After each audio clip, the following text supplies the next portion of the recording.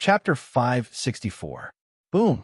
A muffled explosion sounded out as the ferocious demon tide slammed into the human tide, causing blood and limbs to fly everywhere. Pained cries sounded out as death quickly spread. The demon beasts were incredibly cruel. Some tore apart players' bodies, some bit off players' heads, some dug out players' hearts, and some slashed players in half with a swipe of their claws. The players started to desperately resist. Even though the demon beasts were terrifying, they couldn't just let them kill them. However, their attacks were quite weak. Now that the demon beasts had flesh and blood, they could think and dodge, unlike before, which only knew how to charge and kill. Moreover, their stats were far superior to the players, so unless they directly attacked their vitals, it would be quite difficult to kill them. The demon tide was only 1/3 of the size of the human tide, and even though the human tide was quite large, it was unable to defend against the demon tide's ferocity. As the demon tide pushed forward, the human tide continuously retreated. Pained cries continuously sounded out, and the ground was covered with blood and dismembered corpses. Qin's remaining 1 million or so skeletons, led by the 10 disaster cavalrymen, charged at the human tide from the side. The countless skeletons excitedly started to madly slaughter. Facing attacks from both sides, the human tide could only passively defend. They had wanted to first construct a shield wall to defend before killing the skeletons and demon beasts in an orderly manner. However, most of the demon beasts could fly, and before the player army could construct a shield wall, it was destroyed by the demon tide. On the other side, the 10 disaster cavalrymen gathered a large amount of deathly aura and instantly broke through the player's shield wall. The players were not united, and their battle intent was not as strong as the demon beasts and skeletons. They all retreated in fear, causing the skeletons and demon beasts to charge at the human tide even more ferociously and madly slaughter. Compared to these small fries, the system main city soldiers were the elites and were Qin's true opponents. Even though they were from different system main cities, they were united and filled with battle intent. The aura they gave off was incredibly terrifying. Qin soldiers also had resolute gazes and gripped their weapons, looking death in the eye, and they also gave off incredibly sharp auras. Charge! The two armies gave off terrifying auras as they charged at the other side with unstoppable momentum. The sound they gave off shook the surroundings. At that moment, Bai Qi, Wei Liao, Wang Jian, Meng Tian, and Sima Qiu took out their general armaments and roared as their general auras shot into the sky. 5 different colored stars gave off brilliant starlight as they descended into the world. Slaughterer, open. Attacker, open. Slide out, open. Full-scale army, activate. Formation-breaking army, activate. 5 shouts once again sounded out as the 5 general armaments gave off different lights. The 5 general stars in the sky sensed their power and gave off even more intense starlight, exploding out with shocking power. The Qin soldiers below all gave off 5 different auras. Their eyes were blood red, and their expressions were ferocious. Their hearts were filled with killing intent, and their bodies grew larger. 2 fangs grew out of their mouths, and they roared like wild beasts. The 800,000 Qin soldiers had completely transformed into a wild beast that had lost control. With a terrifying and ferocious aura, they charged towards the system army with no regard for their lives. Kill! The system main city soldiers exploded out with all of their strength and roared as they gave off incredibly austere auras and ferociously rushed toward Qin soldiers. Boom!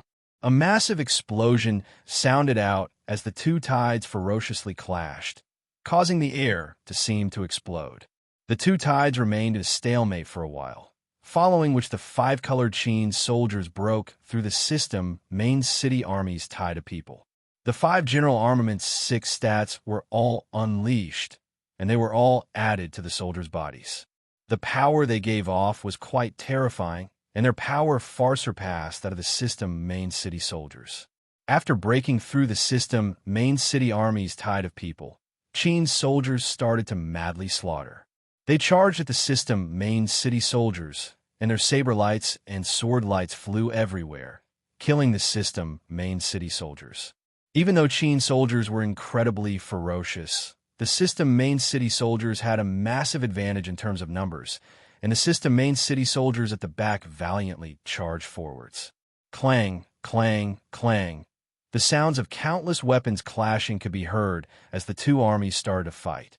The people in the sky also started to act. The system main city's 12 city lords and Qin's 12 city lords simultaneously exploded out with the terrifying power of their city lord seals. Immediately, the heavens and earth dimmed, and the sun and moon dimmed. A terrifying aura swept through everything like a wild gale, causing sand and pebbles to fly and trees to snap. However, at that moment, a cold-looking young man suddenly slashed out with his sword. A sword light shot out like a bolt of lightning, piercing through the chest of a system main city lord. The system main city lord had never thought that the cold-looking young man would attack him, but it was too late. His heart had already been pierced by the sword, and a trace of blood leaked out of his mouth. The city lord's eyes closed as his body powerlessly fell to the ground. A black, wood-colored city lord seal floated out of the city lord's body, and the cold-looking young man held it in his hand. This sudden turn of events caused countless people from the system main city side to feel incredibly shocked. They had never thought that the cold-looking young man would do such a thing. Logically speaking, their common enemy was Qin, so why would he kill his own people? Qin's side did not react at all, as if they had long since expected this. After all, this cold-looking young man was Gunia. After such a long time, Gunia had passed the old city lord's test and was now the young city lord of Battle City. At first, he did not know about this operation to destroy Qin, as the old city lord had participated in it. However, after finding out about this, he wanted to notify Qin, but it was already too late. As such, he begged the old city lord to let him lead the soldiers. Gunia, you traitor, you dare to kill your own people. Old Luo was wrong about you. Another middle-aged city lord furiously cursed at Gunia. Gunia did not reply. This sort of sneak attack was completely out of character, and it was completely incompatible with his way of the sword. However, at this critical moment, as long as it was beneficial to Qin, going against his principles was not a big deal. Xing! Gunia swung his sword, giving off a cold light as he attacked another city lord. He did not explain and continued to attack the system main city lord. The city lord could only defend, while the other system main city lords planned to attack Gunia and kill him first. However, how could Qin city lord allow them to attack Gunia? He gave off a powerful aura and turned into a ray of light as he rushed towards the various city lords, and a shocking battle unfolded. At the same time, the two armies on the ground fought intensely, and the sound of countless weapons clashing could be heard. All sorts of cold lights shot everywhere, and blood flew everywhere as people fell. Chapter 565. On the other side, Zhao Fu coldly watched as the players continuously died and retreated, and he continued to order the demon tide and skeletons to madly attack. At this moment, Zhao Fu's face was quite pale because using the demon domain gate consumed too much of his fate. Even though it consumed all of his fate, Zhao Fu's body was starting to become unbearable, and he just wanted to quickly get rid of the player army. Otherwise, once he lost consciousness, these demons would return to the demon domain. Zhao Fu didn't have time to care about the battle on the other side, but he knew that it was going to be incredibly difficult. He had to get rid of this player army, or else Qin would have no hope of winning if they and the system army attacked from both sides. Countless demons and disaster cavalrymen obeyed Zhao Fu's orders and attacked the players even more ferociously than before. The ground was covered with corpses, and blood dyed everything red. The smell of blood was incredibly nauseating. Seeing how terrifying the demons were, the countless players no longer had the will to fight. At first, they slowly retreated before turning and running. Seeing that the countless players were about to flee, the commanders angrily yelled, "Those who run will not receive any rewards." but those who die will receive double the rewards. These words stopped the countless players who wanted to escape. After all, they had come for the rewards and had done so much. If they did not receive any rewards now, they would suffer a great loss. The countless players braced themselves and stayed behind, fighting back against the demons and skeletons. Hearing that there would be rewards for dying, the players were no longer as afraid and started to fight back. However, the demon tide was still incredibly ferocious, and it continuously battered the player army while the skeleton army madly attacked. The numbers on both sides continuously decreased, and deaths spread across the entire battlefield. The demons' cruelty and evil and the skeletons' instinctive hatred for life still held the upper hand. Even though their numbers continuously decreased, they didn't show any signs of retreating and focused on killing. The deaths of other demons and skeletons didn't affect them at all. However, the players were different. Even though they stayed behind, their battle strength greatly decreased due to their fear, and the skeletons gradually won. On the other side, the battle between Sheen's soldiers and the system army was incredibly intense. It was completely different from the battle between the player army and the system army. This was a true battle. No matter which side it was, all of them had an intense will to fight. They did not fear death, as they valiantly killed their enemies. At the same time, blood flew everywhere as people fell one after another, their lives gradually fading away. However, the system main army was still at a disadvantage. They had to face the Berserk Sheen's soldiers from the front, and there were still 100,000 Battle City soldiers attacking from behind. Just then, Battle City soldiers had launched a sneak attack, and many of them had died. Although the number of people fighting in the sky was less than 30, the intensity of the battle was not weaker than any other side. Boom, boom, boom. Massive explosions sounded out in the sky. The destructive power of the battle destroyed everything. The trees on the ground were easily obliterated. The pure destruction and the terrifying ripples made it so that no one dared to get close. In battle, Sheen was slightly more advantageous. With Bai Chi and the other city lords' 5 general stars, they would be more powerful when fighting against the other city lords. There was also Gunia. His sword techniques were incredibly sharp, forcing a city lord to passively defend. He did not even have an opportunity to retaliate, because if he was not careful, he could be injured or even killed by Gunia. A trace of blood leaked out of Zhao Fu's mouth.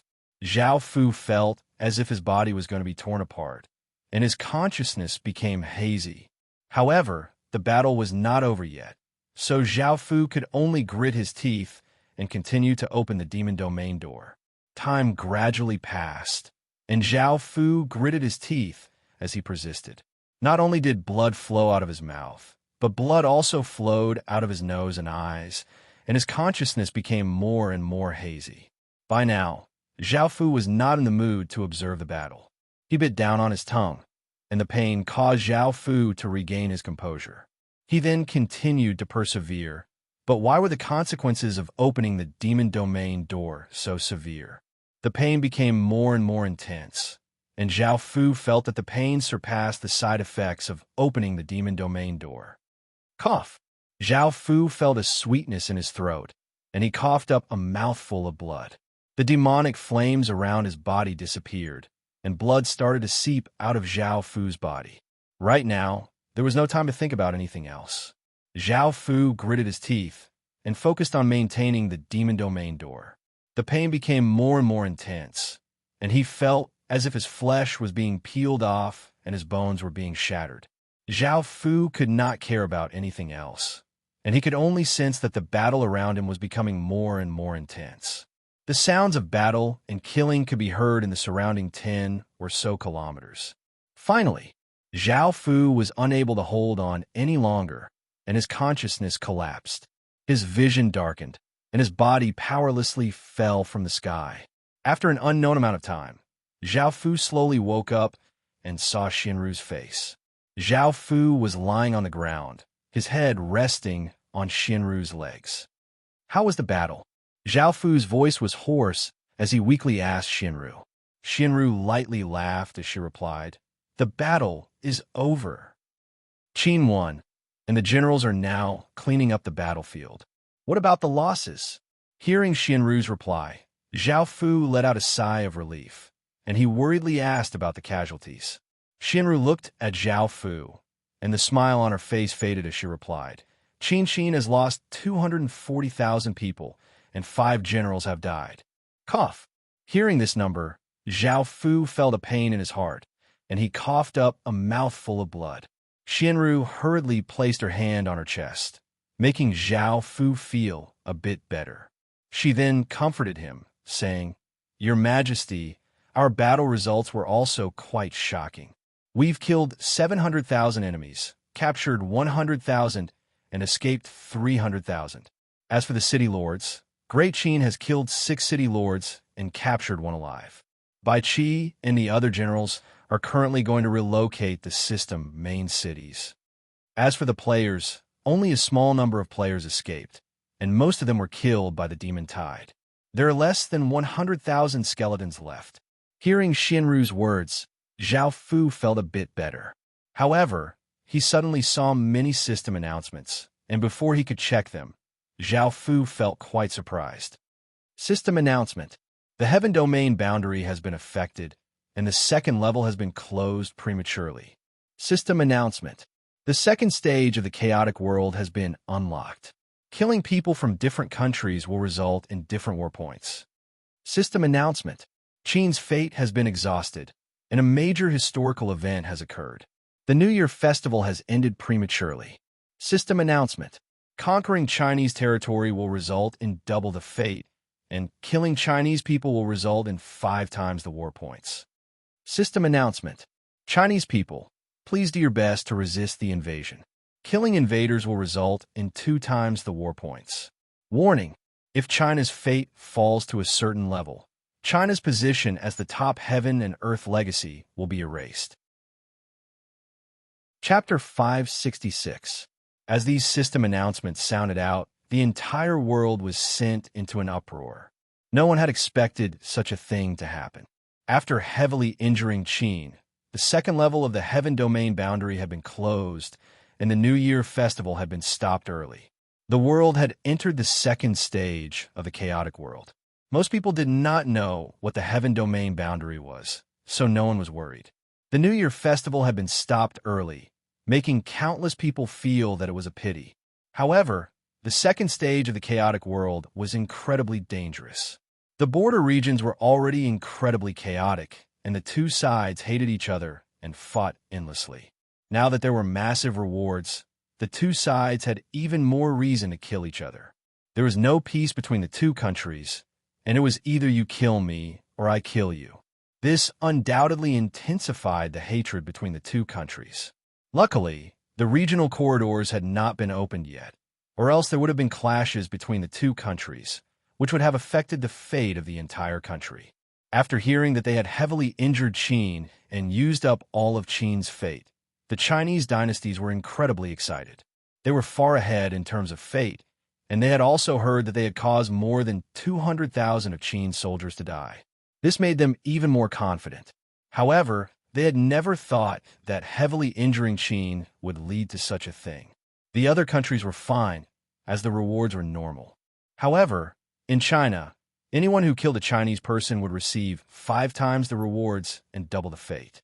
This was incredibly tempting, and even those who did not have enmity with China would not be able to help but act against China. China was at the center of the Midland continent, and there were countless countries around it. There were 22 of them, making it the country with the largest number of countries around it.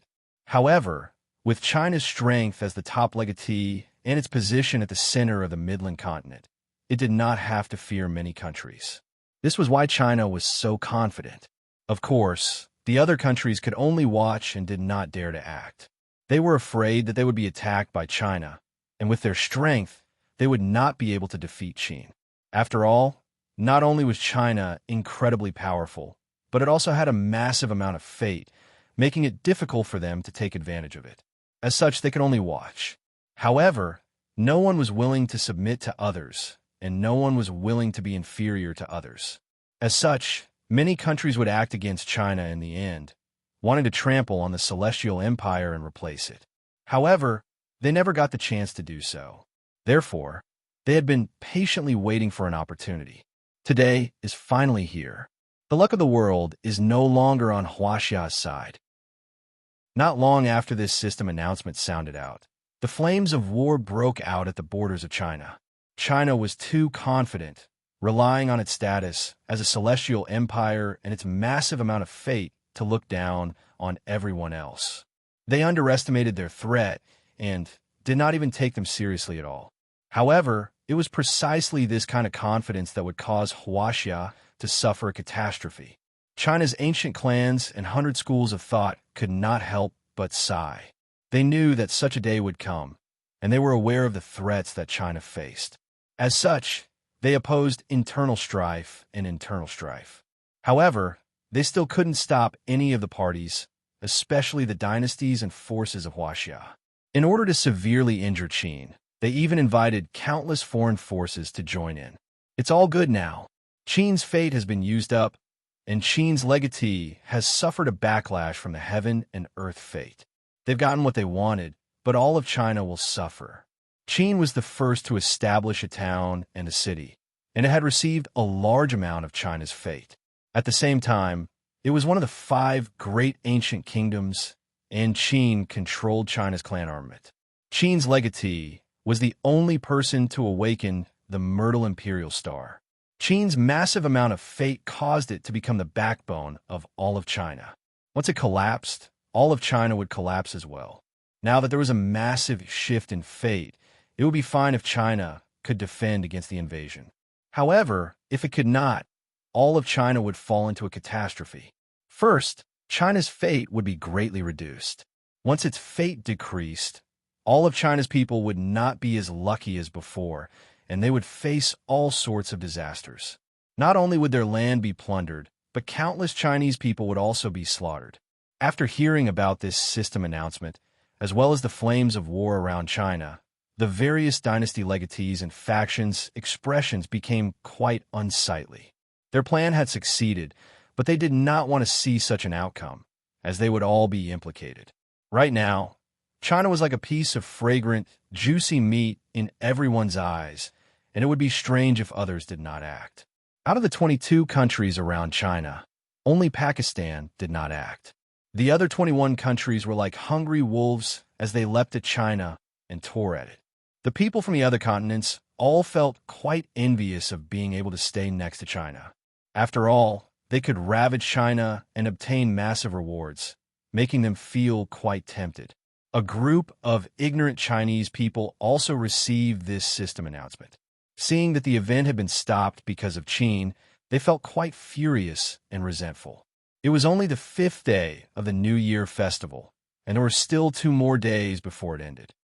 An event like the New Year festival, where one did not have to do anything to obtain massive rewards, was now canceled. This was a great loss to them. Fudge! Qin, you bastard! Qin, why didn't your entire family die? You've come to harm your elder. You're just an idiot. Qin, screw your ancestors. We waited so long for an event, but it was stopped by an idiot like you. I don't want to say anything. I just want to F***CK Qin's entire family. Countless people's curses and insults toward Qin reached an all-time high because their interests had been harmed. They did not think about who had caused this or who the main reason was. If it wasn't for ordinary people like them, would Qin have been forced into a corner and used up all of his fate? This was simply impossible. However, if he had known that this would happen after using up Qin's fate, Zhao Fu definitely would have used it. After all, he would rather betray the world than let the world betray him. Back at Qin, Zhao Fu looked quite shocked. He had never thought that such a thing would happen. At the same time, he understood why his injuries were so severe. It was because of the backlash from the heaven and earth fate. Zhao Fu raised his head and looked at Xinru as he said, "You also received this system announcement, right?" Xinru lightly nodded. "Then is there any way to cure this kind of luck backlash?" Zhao Fu asked in concern. He felt that his body was incredibly weak and did not have any power at all. Even his powerful sovereign bloodline's recovery effects were quite weak, and Zhao Fu understood that this sort of backlash could not be cured with ordinary methods. Chapter 567. Hearing Xinru's words, Zhao Fu let out a sigh of relief and said, "Help me up." Xinru put one hand on Zhao Fu's back and the other on Zhao Fu's arm as she gently helped Zhao Fu up. After Zhao Fu stood up, he looked at the tragic scene around him and felt a stab of pain in his heart. It was the first time that so many people had died in Qin City, 240,000, which was something that he hadn't even dared to imagine before. It was also the first time that he had lost so many generals. "Your Majesty," Gunia walked over and paid his respect to Zhao Fu before looking at Zhao Fu in concern. Zhao Fu weakly smiled and said, "Gunia, you've done a great service this time. You've made a great contribution this time.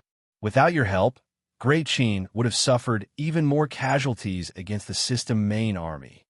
Gunia slightly lowered his head and said in a concerned tone, "Your Majesty, this is what I should do. Now that the battlefield has been cleaned up, let's go back. Your health is more important." Zhao Fu felt a warmth in his heart and nodded. Following this, everyone returned to Qin City. The corpses of the soldiers and system main city soldiers, as well as the large amount of equipment on the players, were all collected and brought back to Qin City. Following this, Bai Qi and the others brought the city creation stones back to Qin City. Qin City had lost 240,000 soldiers, 90% of whom had not broken through to Stage 1 yet. The 800,000 soldiers had now become 560,000 soldiers. The 5 generals who had died were all ordinary generals, but Zhao Fu had some impression of them. Seeing these soldiers and generals die, Zhao Fu felt quite bad. Zhao Fu had never viewed them as cold tools. They were all people with their own feelings and thoughts. They had given everything they had for Qin City, and Zhao Fu could treat other people's lives coldly, but he couldn't treat his own people like that. The soldiers' corpses were taken to different places. Some were buried, while others were turned into undead. The Stage 1 soldiers' corpses were refined before being buried. Zhao Fu had long since told his soldiers what they wanted to do. If they died in battle, they could choose to rest in peace or turn into skeletons. After all, turning into skeletons was a continuation of life, and they might even be able to regain consciousness in the future. As for refining corpses, because there were very few Stage 1 soldiers and aptitudes, this rule had long since been established. Because they were going to be reused, the other soldiers didn't have any objections. Of course, no matter what happened to them, they were dead now. If they had family members, Qin would take good care of them and give them compensation. Now, let's talk about the harvest. This time, Qin obtained another 7 system main cities, and adding on Gunia's promotion to City Lord, Qin now had 8 system main cities in total. Now, whether it was players or system main cities, none of the 4 regions around the Forest of Horrors posed any threat. Great Qin's future path would be quite smooth, and after clearing out the Forest of Horrors, they would be able to continue clearing out the 4 surrounding regions. It was just that Zhao Fu didn't have enough people to relocate the 7 system main cities, as that would require a large number of soldiers. Moreover, the system main cities' residents were quite resistant, and Qin had just gone through a large battle and needed time to recover, so he only relocated the system main cities. Relocating 7 system main cities gave a massive amount of EXP and merit points, but it was a pity that he didn't satisfy the requirements to level up. Qin was still missing a basic city, so even though Qin had enough EXP, he could only store it there and couldn't level up. The other gains were the 700,000 soldier corpses, which could provide another 700,000 blood god pills for Qin. There were also the countless players' equipment, which was worth a massive amount of money, as there were 12 million of them. Finally, there were the 100,000 captives. They had all chosen to surrender, or else Qin wouldn't have been able to capture them. These 100,000 system main city soldiers would be able to make up for the losses of Qin soldiers. Half of Gunia's battle city's soldiers had died, and Zhao Fu didn't bother with the surviving soldiers and resident for now. He first had Gunia go back and convince the old city lord. After all, those people would still be loyal to him. Now, it was time to decide who the 7 city lord seals would be. Bai Qi had already replaced Zhao Fu and rebuilt the 7 system main cities. Now, Zhao Fu sat in the meeting hall, and because his body was quite weak, he couldn't even sit stably and needed Xianru to support him. 7 people knelt in front of Zhao Fu: Sun Wu, Chen Man, Li Mu, Du Kong, Lu Yeqing, Niu Shirley, and Li Yan. Chapter 568. Looking at the 6 women in front of him, Zhao Fu felt quite surprised because he knew one of them and had an impression of one of them. One of them was Sun Cece, and the other was East Green's female city lord. Because this female city lord had participated in destroying Great Qin, she had said that she would capture a city lord alive. Who captured her? Zhao Fu said somewhat angrily as he slightly frowned. Zhao Fu didn't care about capturing other women, as he just needed them to provide him with Phoenix Qi. However, why had his classmate been captured? Xianru felt quite surprised and asked, "Your Majesty, are you familiar with that woman?" Xianru asked, "Your Majesty, are you familiar with that woman?" Zhao Fu nodded and said, "I guess so." Xianru understood and lightly laughed as she said, "No wonder. I saw that her Phoenix Qi wasn't innate, but acquired. It seems that it's because of your Majesty. In actuality, she doesn't have much Phoenix Qi, so your Majesty can let her go. However, she's seen what Qin looks like, and letting her go will be a disaster for her." Because of the 4 isolation walls, Qin's shops in the 4 regions were all closed out of fear of retaliation. As such, Sun Cece lost her job, but she didn't leave this region. Afterwards, she was targeted by Qin's assassins. Qin didn't care who it was. Anyone with Phoenix Qi was captured and offered to their Majesty according to Xianru's orders. At first, Sun Cece was quite afraid, but after seeing the other women, she calmed down a bit. Sun Cece was shocked to find that they had been captured by Qin, but why had Qin captured ordinary people like them? Even though they didn't know the reason, thinking about how terrifying and cruel Qin was, the other women's faces became pale. They wanted to commit suicide and return to the real world, but they couldn't. Now, apart from the female city lord, the other women did not even dare to raise their heads in fear of angering the person sitting above them. Hearing the way the people around them addressed him, they were shocked to find that the person sitting above them was Great Qin's legatee. Thinking about all of the rumors about Great Qin's legatee, they did not dare to raise their heads. But at this time, Sun Cece heard a familiar voice from above. She felt that the person above was her former boss, but how was that possible? In the end, Sun Cece couldn't help but be curious. She raised her head slightly and saw a pale young man sitting above her. Sun Cece was stunned and couldn't help but call out, "Zhao Fu." Hearing the voice, Zhao Fu also looked at her, laughed dryly, and nodded slightly. Immediately, Sun Cece finally understood why the mysterious boss was so nice to her. It turned out that he was her classmate. Sun Cece still had some impression of Zhao Fu. Although he was in the same class, he was also a loner and rarely socialized with others. He was usually alone in school. Other than that, he was relatively ordinary and there was nothing special about him. But he is the Prince of Qin. Sun Cece's mind went blank. She was so shocked that she didn't know what to say. Seeing this, Zhao Fu thought about it and decided to keep her here. After all, he could not reveal his identity. Zhao Fu ignored the beautiful female city lord's gaze and turned to the other 4 women as he said, "Raise your heads." Only then did the other 4 women slowly raise their heads. Only then did Zhao Fu see their appearances. They were quite good-looking. The first was a young girl with exquisite facial features and a somewhat childish look. The second woman had a slim figure and gave off a weak aura. The third was a woman who looked around 40 years old. Even though she was quite old, she was still quite attractive. The fourth woman had upper-class looks, but her lips were quite thin, and she gave off a shrewish feeling. Xianru had long since asked about their identities, and she told Zhao Fu about them. 2 of them were from large families. One of them didn't have much of an identity, but her family was quite well off, and one of them was actually from Flower Moon. Zhao Fu had never thought that he would be able to capture another woman from Flower Moon. However, since he had already captured them, he couldn't let them go. Otherwise, with Flower Moon's power, they would be in a lot of trouble. Xianru took out 6 pieces of paper and handed them to Zhao Fu. Zhao Fu took them and pressed the imperial ruler's seal on them before saying, Sun Sisi, Zhao Yining, Lu Rubai, and Yanling, Bao Ningzhu, and Li Wanbai, I will now confer upon you the title of imperial concubines of Qin. 6 rays of golden light shot into the 6 women's bodies, and traces of golden phoenix chi rose up from their bodies and floated towards the heaven prayer platform. A trace of golden aura descended from the sky and entered Zhao Fu's body before spreading out. The image of a golden phoenix appeared within Zhao Fu's body, giving off a bright golden light. Zhao Fu's body, which had suffered a backlash from the heaven and earth fate, quickly healed under this golden light. In just a while, Zhao Fu felt that his injuries were slightly better, and his face became a bit rosier.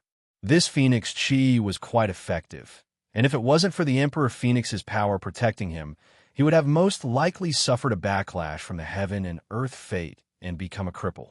It seemed that phoenix chi was quite important. Zhao Fu thought for a moment before having people bring them down and take good care of them. These women were like other women, and they had not been able to react at all when they had suddenly been conferred the title of imperial concubine. Following this, they were brought to a large courtyard. Lu Rubai happily looked at the woman in front of her and couldn't help but call out, 14th sister. The woman turned to look at Lu Rubai, looking quite surprised. She had never thought that she would meet her here, but she immediately understood and said, Big Sister 26, you're also captured? Lu Rubai awkwardly laughed, and the two of them started to happily chat. Because they both belonged to Flower Moon, Lu Rubai had always been worried about 14th sister. Seeing that she was fine, she let out a sigh of relief. She looked at the situation in all of China. Looking at China's vast territory, there were flames of war everywhere, and the various countries did not want to let go of this rare opportunity. After all, such a great shift in fate was extremely rare, and it had only happened once in the real world's thousands of years of history. The various dynasty legatees and factions mobilized large amounts of resources and manpower to deal with Qin, causing many shocking battles to break out. It could be said that the entirety of China had fallen into a weak and empty state. This gave them even more opportunities, so they went berserk and fought with everything they had. They were like berserk beasts, madly biting and tearing at China. The battle was completely one-sided because the various countries had gone all out. Adding on the fact that they had been spying on China for a long time, they had made ample preparations, and their battle intents were incredibly strong. They swore to destroy China, destroy the emperor's family, and take over China's position. On the other hand, the Chinese side had not reacted yet, and they were still immersed in the Celestial Empire's confidence and superiority, thinking that China was invincible. Soon. Chapter 569. The southern side of the Midland continent was facing attacks from 3 countries. The first was the terrifying Russia, followed by Mongolia, and finally Kazakhstan. Even though they were small in number, they were not weak at all, and they were much more powerful than the smaller countries. Each of them had at least 1 nation armament, while Russia had 3. This time, they were attacking China from 3 different directions, and the most eye-catching one was Russia, led by Oleg, the legatee of the Kievan Rus dynasty. Kievan Rus was the first country that Russia had established, and it had an extremely high prestige in Russia. Oleg was a noble and elegant person, and he was like a true prince. After a system announcement sounded out, Oleg quickly gathered players from a few regions and started to attack China. Under Oleg's lead, 10 million Russian players started to attack. They were like a massive river at the boundary region, giving off a heaven-shaking aura as they charged towards the Chinese side's system main cities with an unstoppable momentum. The Chinese side's 2 system main cities players were not prepared at all, and seeing the Russian army suddenly attack, they looked quite afraid and planned to sue for peace. After all, they did not even have one. 5 million people, so how could they defend against Russia? The Russian player army had completely surrounded the Chinese side's system main cities. A Chinese faction's representative walked out and shakily walked over to a young man who was riding a large war horse and wearing golden armor. and his body gave off a light. "Sir, can we resolve this peacefully? We'll give you anything you want." The person said carefully. Oleg elegantly looked at the Chinese person in front of him before looking to the side. The person next to him understood and immediately yelled, "Kneel! Who do you think you are to dare to stand and talk to His Majesty?" Hearing this, the Chinese representative's expression froze, and he hesitated before kneeling down and saying, "Your Majesty, is that fine now? We want peace. We don't want war." Oleg lightly laughed as he looked at the Chinese representative with his blue eyes and said, "You Chinese people are so soft and useless. You want to resolve this peacefully? That's impossible. You lowly people should be conquered by Russia. You can go back." The Chinese representative's expression became quite unsightly, and he wanted to say something, but the person next to him yelled, "You dog, hurry up and piss off. If you don't piss off, I'll kill you." The Chinese representative was so scared that he scrambled back to the system main city. Now, the Chinese people in the system main cities were in chaos, and some people yelled, "Just fight with them. We'll just die once. Damn it. Let them witness the power of Huaxia. How dare they insult Huaxia?" But some people also shouted, "Idiot. If you want to go, then go. I don't want to die." What can you people do other than shouting and killing? A bunch of brainless trash. Can't we resolve this peacefully? Some other people also agreed. Yes. We have to be rational and not be impulsive. Look at our equipment and cultivation levels. It wasn't easy for us to raise our cultivation levels, and the things we obtain every day can be exchanged for quite a bit of money. If we don't live a good life, why should we fight them? If we die, we'll have nothing. Everyone else nodded and said, "Don't listen to those idiots. If they want to die, they can do it themselves. Don't drag us into it. If we die, we'll have to start all over again, and we won't be able to exchange money anymore. If we run out of money, our country's economy will decline. That's why we should defeat them economically. No smoke is the best kind of war. Those hot-blooded people, go die. The country doesn't need an idiot like you who keeps causing trouble for the country." After some discussion, 80% of the people were in favor of peace, and the few who wanted to fight were completely overshadowed by these people. They were criticized and insulted by the crowd, and in the end, they also gave up on the idea of fighting.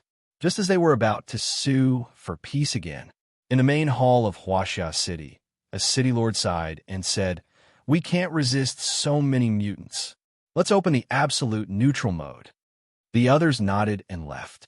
Within the system main city, the players felt their bodies be covered by a wave of energy, and their vision blurred before they appeared outside the system main city. A sturdy semicircular barrier covered the entire system main city. Absolute neutrality was a state that could be used when a large number of players attacked or when players raided, allowing the system main city to remain neutral. In this state, a system main city would have a powerful barrier protecting it, but it would not protect anyone or attack anyone. If other system main cities or player factions attacked, they would not be able to use this neutral mode. System main cities that had fought before could not use this absolute neutral mode either. However, because of the shift in fate, all system main cities could use this absolute neutral mode. Because of the shift in fate, players would gather like a tide and cover the heavens and earth, causing great damage to countless system main cities. As such, the system would ensure the safety of the system main cities. Countless Chinese players were thrown outside, and they could not react in time. However, Oleg had been waiting for a long time, and rows of archers aimed at the dumbfounded Chinese players. Swish, swish, swish. The sound of the air being torn could be heard as a black wave of arrows, giving off an incredibly sharp aura, descended like rain. Blood spurted everywhere, and cries sounded out. In just the first wave of arrows, 1/3 of the Chinese players had died. The cries of pain and blood caused countless people to come to their senses. They hurriedly picked up their shields to defend, and some people furiously rushed at the Russian players with weapons. Chi, chi, chi, another wave of arrows descended, and countless Chinese players' bodies were pierced by countless arrows, making them look like a hornet's nest. Some people understood that they could not escape, so they continued to roar as they rushed at the Russian players. Some people knelt on the ground and cried out that they were willing to do anything. The Russian players mocked as they killed the Chinese players charging at them. They then looked at the Chinese players kneeling on the ground and looked at Oleg. Oleg raised his noble head and looked at the surrendered Chinese players with a trace of disgust as he said, "Our Russian players don't accept captives. These lowly Chinese people are as lowly as pigs. Kill them all." How disgusting. Seeing that the Russian players were going to attack them, the Chinese players were so scared that they started to cry and beg. "Sir, we'll kowtow to you. Please don't kill us. I actually have Russian blood in me, and I'm a Russian. I'm not a lowly Chinese person. Please don't kill me." Chapter 570. No matter how they begged for mercy, Oleg's expression did not change at all. Countless arrows once again shot out, tearing through the air and killing countless Chinese players. In the end, the survivors understood that begging for mercy and surrendering was useless, so they could only run towards the system main city. Now that the system main city was surrounded, they definitely could not escape, so they tried to hide within the system main city. However, they were all blocked by the semicircular barrier, and these people begged the system main city to let them in. The system main city lord looked at the corpses outside the system main city. The ground was dyed red with blood, and weapons were scattered everywhere. The people had all died incredibly gruesome deaths, creating a terrifying scene that looked like hell on earth. Looking at the pleading people outside the system main city city lord could only sigh and ignore them. After all, if they were allowed in, they would lose their neutrality and might end up like them. As such, the system main city lord could only ignore their pleas. Oleg looked at the system main city and felt that it was quite a pity before saying, "Hurry and kill all of those Chinese players and clean up the battlefield. Before the Chinese players can react, we'll continue to attack the next region." The Russian players excitedly rushed up and easily killed the remaining Chinese players before looting the Chinese players' equipment. Looking at the countless Chinese players who had died, Oleg gave a satisfied smile. This was the first time he had fought against a foreign country, and he had obtained such a great harvest. He was greatly praised and worshipped by Russia. This was his first step in China, and after that, he would conquer China and kill all of those lowly Chinese players. When he thought about that, Oleg gave a confident smile. If it wasn't for the fact that China's internal war had caused a shift in fate and caused China to lose its protection, he would not have started to invade China so early on. Oleg could understand China's internal conflict. The appearance of a monster like Great Qin was simply too dangerous, and if they did not get rid of it, they would not be able to rest easy. As such, Oleg had provided some resources to help them destroy Great Qin. However, China had been too arrogant and overconfident, thinking that they wouldn't dare to invade China. Who wouldn't want to take a bite out of such a juicy piece of meat? System announcement. The Marquis Peak region has been conquered by Russia, and China's overall fate has decreased while Russia's overall fate has increased. This system announcement caused a trace of a smile to appear on Oleg's face. China's system main cities were now completely neutral, and they no longer protected Chinese people or belonged to China. Right now, they could only be considered neutral factions. Therefore, as long as they killed all the Huaxia people now, it would be equivalent to occupying a region. Countless Russian players looked incredibly excited as they looted the players' corpses. This would be a good harvest, and apart from the spoils of war, there were also 5 times the war points, which could be exchanged for many good items. After a while, the battlefield was cleaned up, and the Russian players followed Oleg's instructions to pile up the Chinese corpses into a mountain of corpses. They then planted their Russian flag on it. Just thinking about this made everyone feel proud and happy. This was because Russia wanted to trample on China, trample on China's dignity, and let all of China know how powerful Russia was. Countless Russian players loudly laughed and felt their blood boil as they followed Oleg to the next region. The leader was a fierce-looking, well-built young man. His name was Tut, and his status in the Mongolian kingdom was quite high. Everyone looked at the Mongolian kingdom and saw that the leader was a fierce-looking and well-built young man. Because of Mongolia, most of its territory in the Heaven-Awakened world was plains, and Mongolian players all knew how to ride horses and shoot arrows. This was a big advantage, as it was much better than staying in a room and studying. The Mongols were mostly made up of cavalry, and they didn't have any other types of soldiers. Even though they didn't have many people, only about 5 million, they weren't weak at all. Their cavalry was sharp and fast, and it was very difficult for an ordinary army to defend against them. Toot led the Mongolian army like an arrow, destroying all enemies. The sound of tens of thousands of horses galloping shook the heavens and earth, giving off a ferocious and powerful aura. The situation at the boundary regions was the same as before, and there were less than 5 million players. After all, China's territory was simply too vast, and it was impossible for every system main city to have 1 million players. Regions with more fate spawned more players, while regions with less fate spawned fewer players. Facing the Mongolian army's ferocious charge, the system main city at the boundary region rationally became neutral, and all of the Chinese players were chased out. At first, the Chinese players didn't have time to react, but Tut and his army had already arrived. However, the Chinese side was split into 2 factions. One faction chose to fight. Even though they couldn't defeat the Mongolian army, they would still die with honor. The other faction chose peace, hoping to avoid war and preserve their own interests.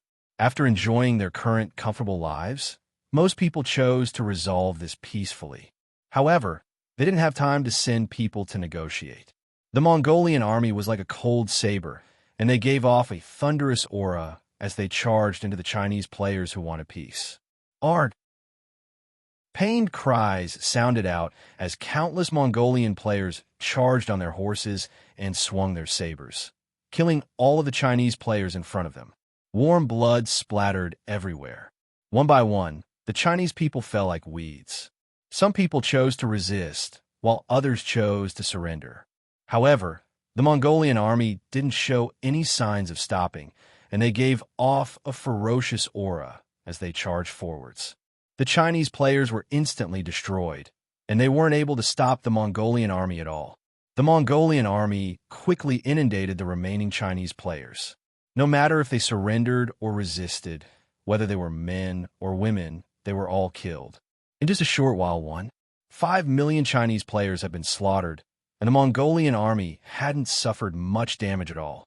Following this, the Mongolian army started to clear the battlefield. Toot ordered his soldiers to cut off all of the Chinese players' heads and hang them on their horses. These were their spoils of war and symbolized their victory and power. Countless Mongolian players agreed with this idea, as they felt that hanging the Chinese players' heads on their horses was an incredibly glorious and invigorating thing. They had accumulated a great deal of hatred towards China, and now they were going to release it all at once, very quickly.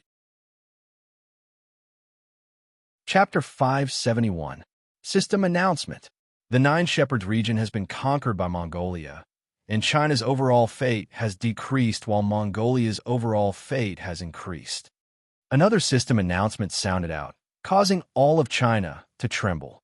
Back at Kazakhstan's attack, Kazakhstan was not very powerful, and it had never produced any famous kingdoms or historical figures. Moreover, it was quite inland and had many deserts. Most of its soldiers were infantrymen, and they had very few cavalrymen. In total, they had around 7 million soldiers, and there were exactly 1 million Chinese players in this region. It was impossible for them to defend against Kazakhstan's attack. Just like before, the 2 system main cities had become neutral, so a large number of Chinese players were unprepared and chased out. By now, they were being attacked by Kazakhstan. First, a wave of arrows rained down, catching the Chinese players off guard.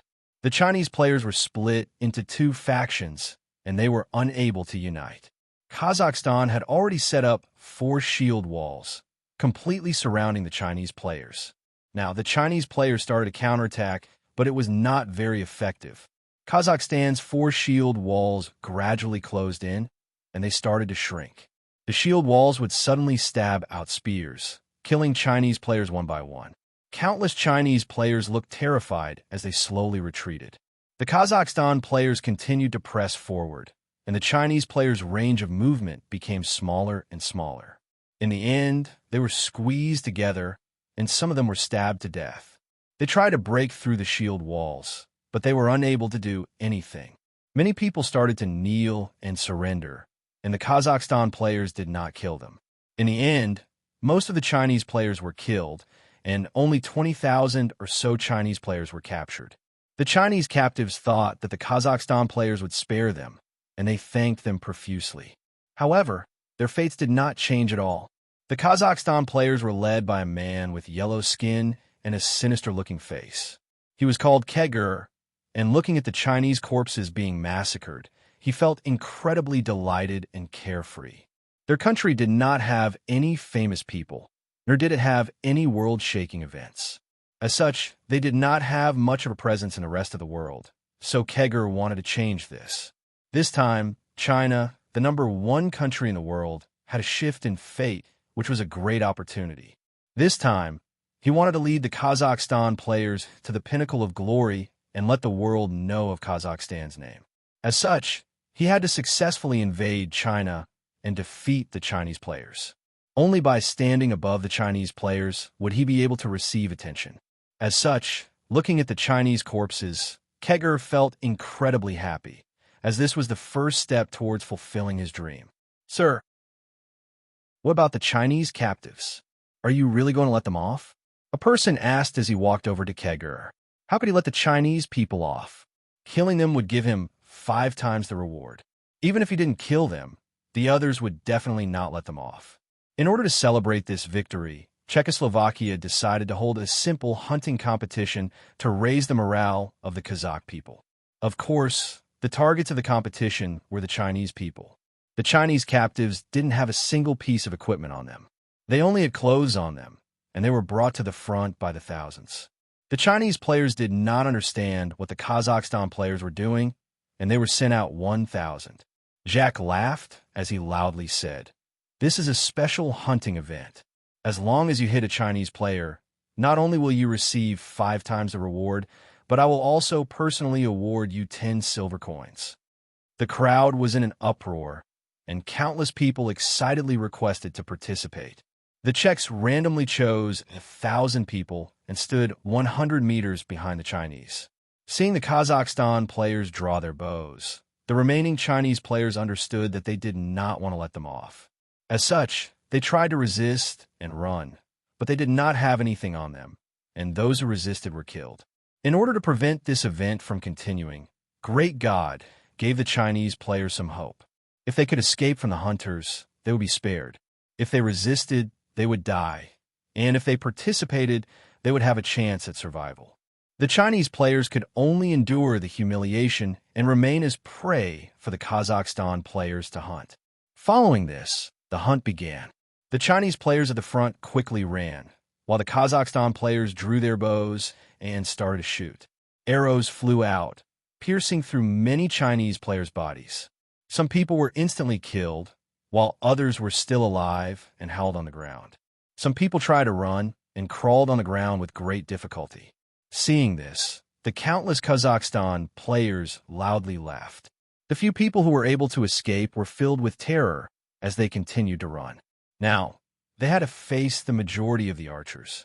The rules were that after shooting one person, they could continue to shoot a second person.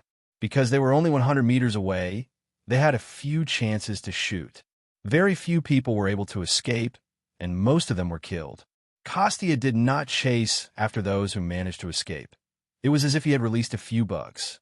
After this event, the Kazakhstan players were incredibly enthusiastic, and they continued to follow Kostya to attack the next region. System announcement. The Sand region has been conquered by Kazakhstan. China's overall fate has decreased, while Kazakhstan's overall fate has increased. These 3 countries have been the first to attack, and they had attacked incredibly quickly and ferociously. The Chinese side had not been able to react in time and had been heavily attacked. However, at that time, the Chinese side had not sensed the danger yet. and they had thought that it was just a few countries that hated China and had started to invade. However, they had never thought that the invasion would be so all out, and it was incredibly ferocious. Back then, many people still wanted to maintain peace and wanted to resolve this peacefully. After all, Chinese people valued peace, and this sort of invasion was incredibly disadvantageous to China.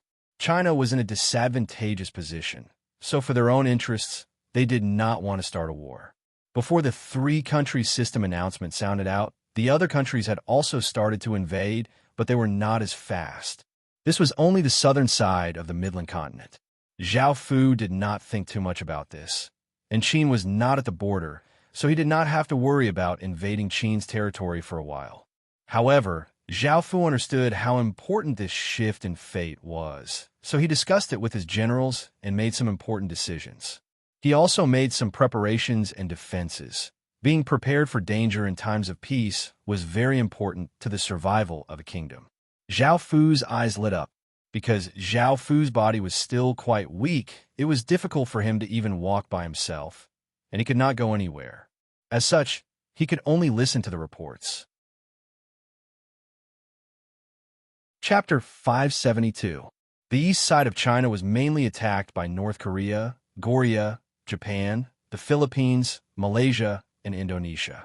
Some of these 6 countries had enmity with China not only in the heaven-awakened world, but also in the real world, and there were often conflicts and territorial disputes. If he was already like this usually, then this time around, he would definitely take revenge crazily, and his methods would be even more cruel. The first to attack was Korea. They gathered 6 million players and ferociously attacked. Similarly, the system main cities here became neutral and chased out all of the Chinese players. However, this time, the Chinese players had learned their lesson. Because of what had happened in the south, after hearing that South Korea was attacking, they immediately chose to run. Because there were less than 1 million Chinese people here, they naturally couldn't stop them, so they could only choose to escape. However, they had also contacted the nearby regions, wanting to join forces to resist the invasion of the Koreans. However, none of the regions had agreed to come. There were still quite a number of people who thought that it was none of their business.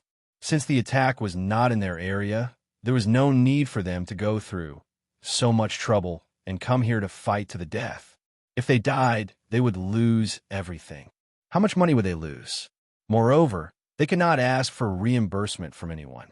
Some people were filled with hot blood and wanted to come, but they were not prepared enough.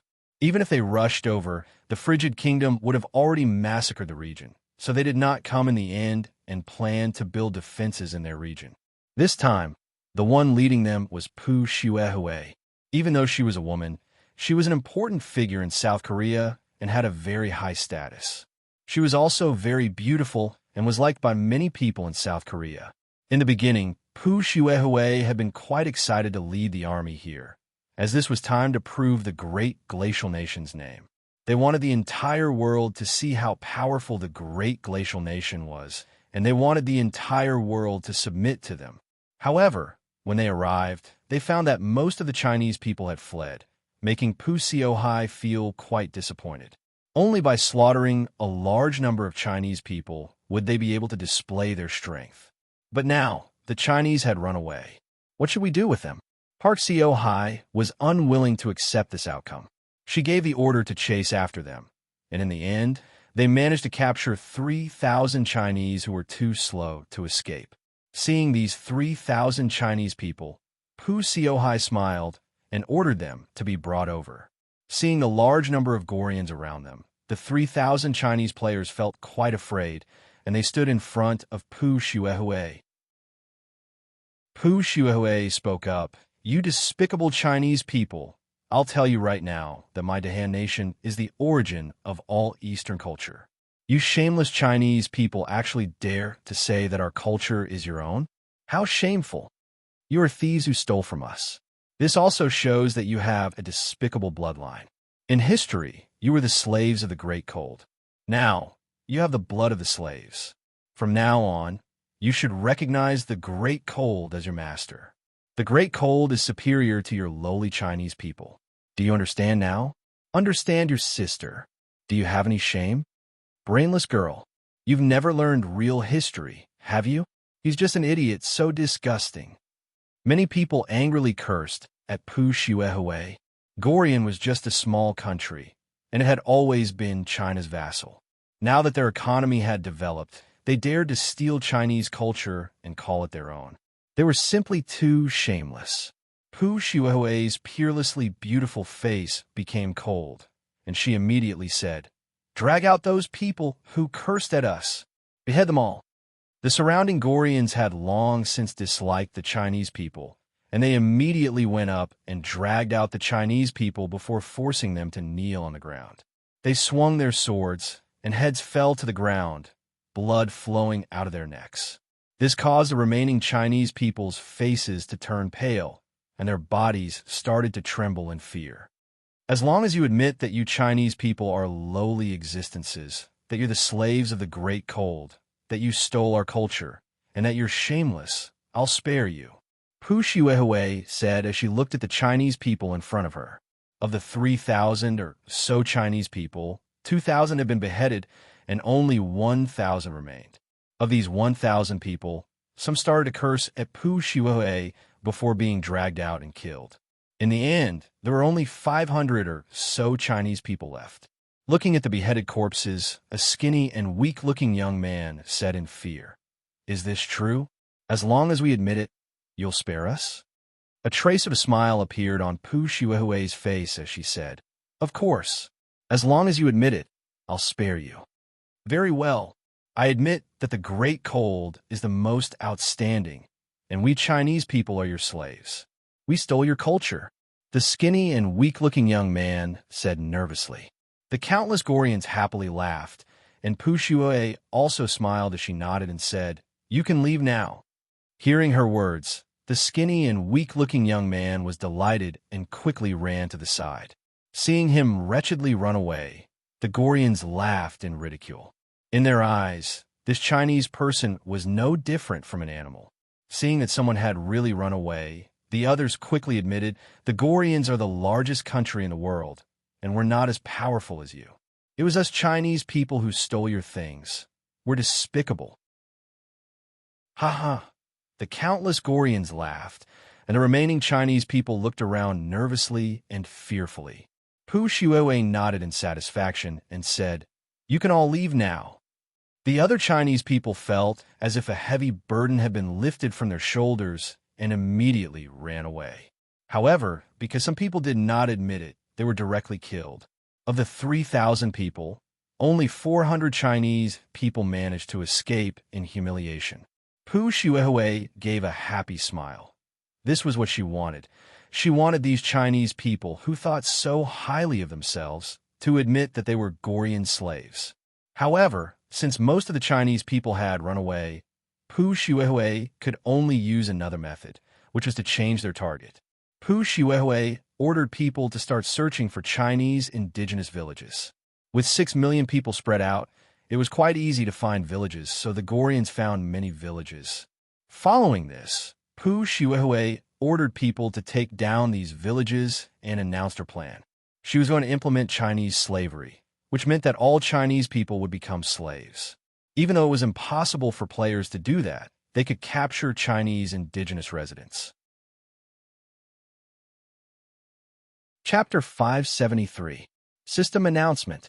The ocean region has been conquered by Goryeo. China's overall fate has decreased, while Goryeo's overall fate has increased. As countless Chinese people retreated from the region, the Goryons easily took over the region, and it now belonged to Goryeo. Now, Goryeo was implementing a system of slavery, continuously capturing Chinese indigenous residents and bringing them to Goryeo as slaves to serve them. Then, they turned their attention to Japan. Japan was the most perverted country in the world, and their methods were incredibly cruel, making countless Chinese people furious. The leader of the Japanese army was Oda Kamaya, who was Oda Nobunaga's descendant. As Oda Nobunaga's descendant, he was greatly respected by countless Japanese people. His performance in the beginning was quite good, but as Qin Qin's rise, his performance became worse and worse. However, he wasn't really that bad. Compared to Qin Shin's legatee, he was nothing. He had also suffered a heavy blow, so he had disappeared with the demonic blade for a period of time. Recently, with the shift in fate, he had finally seen an opportunity, so he had returned. In actuality, he had seen Qin Shin's legatee, his greatest rival, suffer a backlash from the heaven and earth fate. Even though he didn't know if he was dead or alive, he definitely wouldn't have a good time. After all, the backlash from the heaven and earth fate wasn't something that ordinary people could endure, and this gave him an opportunity to rise again. In actuality, they hadn't dared to directly invade before, and they had prepared for a long time before doing so. This was because many people feared Qin's name. Not only were the dynasty legatees threatened by it, but they were also greatly threatened. As such, the rest of the world had actively participated in destroying it. Now that Qin's fate had been used up, it was undoubtedly on the verge of collapse. They didn't dare to make any big moves, and Qin Shin's legatee had been heavily injured. Without Qin's threat, only then did the rest of the world dare to invade. Right now, Oda Kamaya's appearance had changed. His eyes were completely blood red, and there were 2 fangs in his mouth. His appearance contained a trace of savageness, and he looked like a monster. Oda Kamaya had returned, and he had obtained even greater power. He had led 10 million Japanese people and gave off terrifying auras as they flooded into China. However, the Chinese people in this region had long since heard about this, and they had all escaped. Even if Oda Kamaya wanted to, he could not catch many, making him feel quite angry. He had come excitedly, but he had not killed a single Chinese person. Finally, Oda Kamaya turned his attention to the Chinese natives and gave the order to search for Chinese villages. Very soon, because there were so many of them, the Japanese discovered many indigenous villages. Oda Kamaya didn't want to spare any of these indigenous people who spoke the Chinese language and had the same culture and customs as the Chinese. Even though they were not true Chinese people, they would definitely be Chinese people in the future. After the Heaven Awakened world fused with the real world, the indigenous residents would also fuse with the people in the real world. As such, Oda Kamaya did not have any good feelings towards them. Thus, none of Oda Kamaya's orders were good. Countless Japanese soldiers laughed lustfully as they charged into the villages, killing all the men, elderly, and children before pouncing on the women. "My lord, please don't hurt my family. I surrender. I'll kowtow to you." Many of the aboriginals couldn't resist and couldn't bear to see their family killed, so they could only choose to surrender. They weren't players who could endlessly revive after dying, but if they died, they would die. Oda Kamaya looked at an honest-looking middle-aged man desperately kowtowing in front of him, crying as he begged Oda Kamaya to spare his family. In response, Oda Kamaya coldly smiled as he drew the demon saber at his waist, walked over, and slashed the middle-aged man in half, causing blood to spurt everywhere. Warm blood splattered all over Oda Kamaya's face, but he didn't feel any guilt at all. Instead, he felt incredibly delighted, as all Chinese people deserve to die. Oda Kamaya turned to look at the middle-aged man's wife. She was quite good-looking, and Oda Kamaya grabbed her and pressed her against the ground outside the house. He ignored her cries and begging as he tore off her clothes and started to F***CK her in broad daylight in front of everyone. The other Japanese soldiers also lewdly laughed as they searched for other women. The villages they found definitely didn't have that many women, so it was usually 20 or so men surrounding a woman and F***ing her. What's more, they didn't let off a single woman. Women over 50 years old and girls as young as 7 or 8 years old were all violated by them. The older women could take it, but the younger girls' bodies hadn't developed yet, and many of them died. However, the Japanese soldiers didn't even spare the corpses of the younger girls and continued to F***CK them. Afterwards, the Japanese soldiers didn't kill the women and instead drove them out.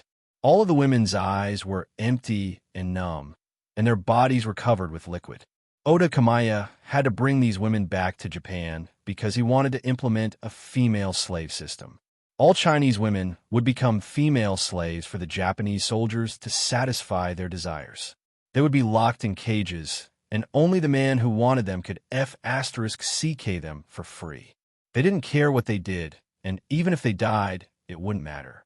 Some high-quality female slaves would be treated as pets, and a rope would be tied around their necks. They would be forced to crawl on the ground like dogs, and of course, they could continue to be used to satisfy their desires. In fact, they could even be considered humans or beasts. After all, the Japanese soldiers didn't view these female slaves as humans, and they were no different from beasts. They could do whatever they wanted with them. It was a pity that they could only do this to indigenous residents. Players could commit suicide, but they wouldn't die a true death. However, after the Heaven Awakened world devoured the real world, they would do the same to Chinese women and turn them into female slaves. The Japanese soldiers didn't hide their intentions and announced the female slave system. They wanted to turn all Chinese women into female slaves for them to play with, and they even showed off the results. This caused countless Chinese people to feel furious. Even though the indigenous residents weren't players, they were still part of China. Seeing their own people being treated like this, many people were naturally furious. This was especially so for the Chinese women.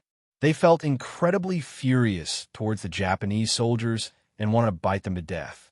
Flower Moon, one of the largest factions in China, was preparing to make a move against the Japanese soldiers. They only had two thoughts: defend against the Japanese soldiers and ask Qin to hand over Flower Moon. Chapter 574. System Announcement. The Withered Tree region has been conquered by Japan. China's overall fate has decreased, while Japan's overall fate has increased.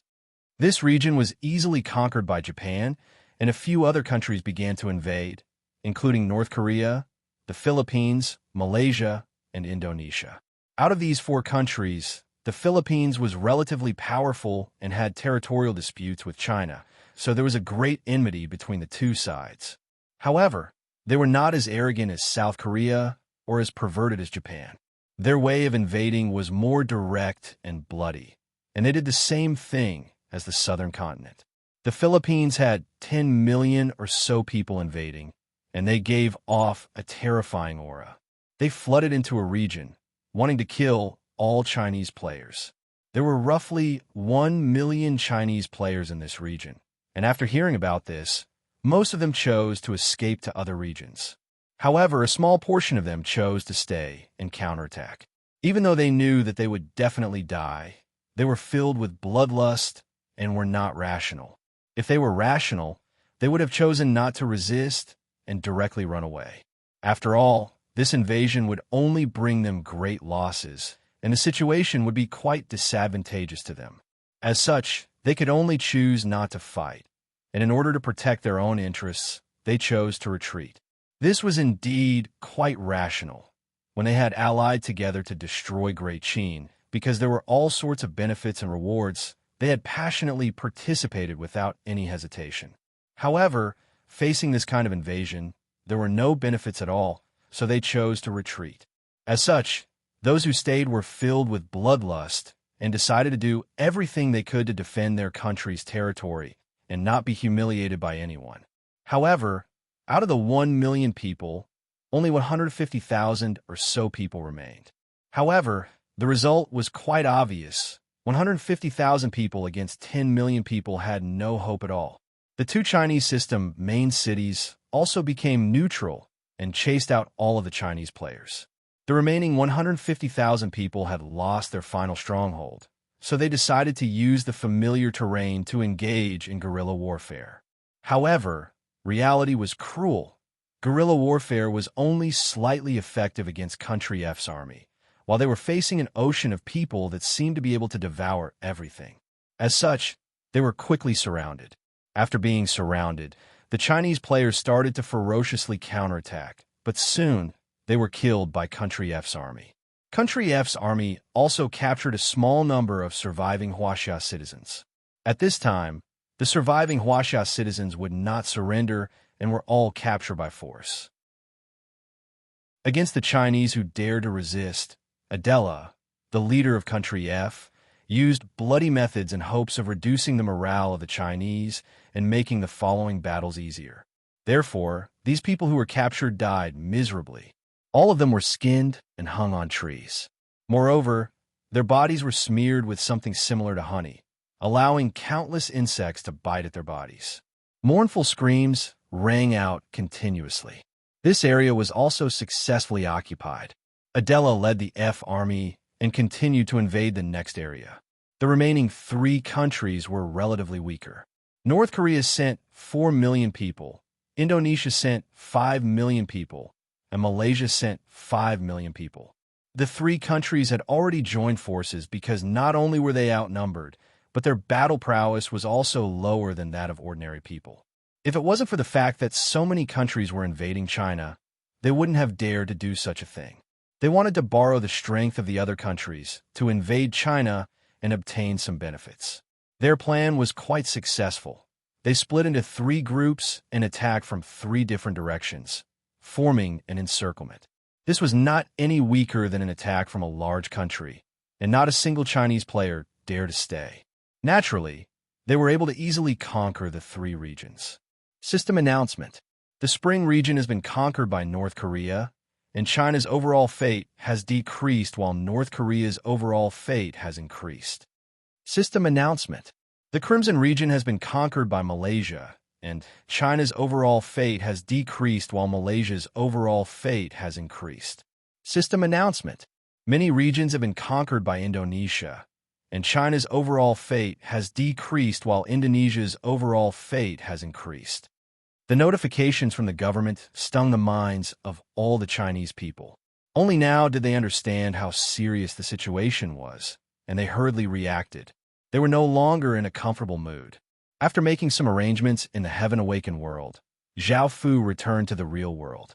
Because he did not have enough information in the Heaven-Awakened world, he could only return to the real world.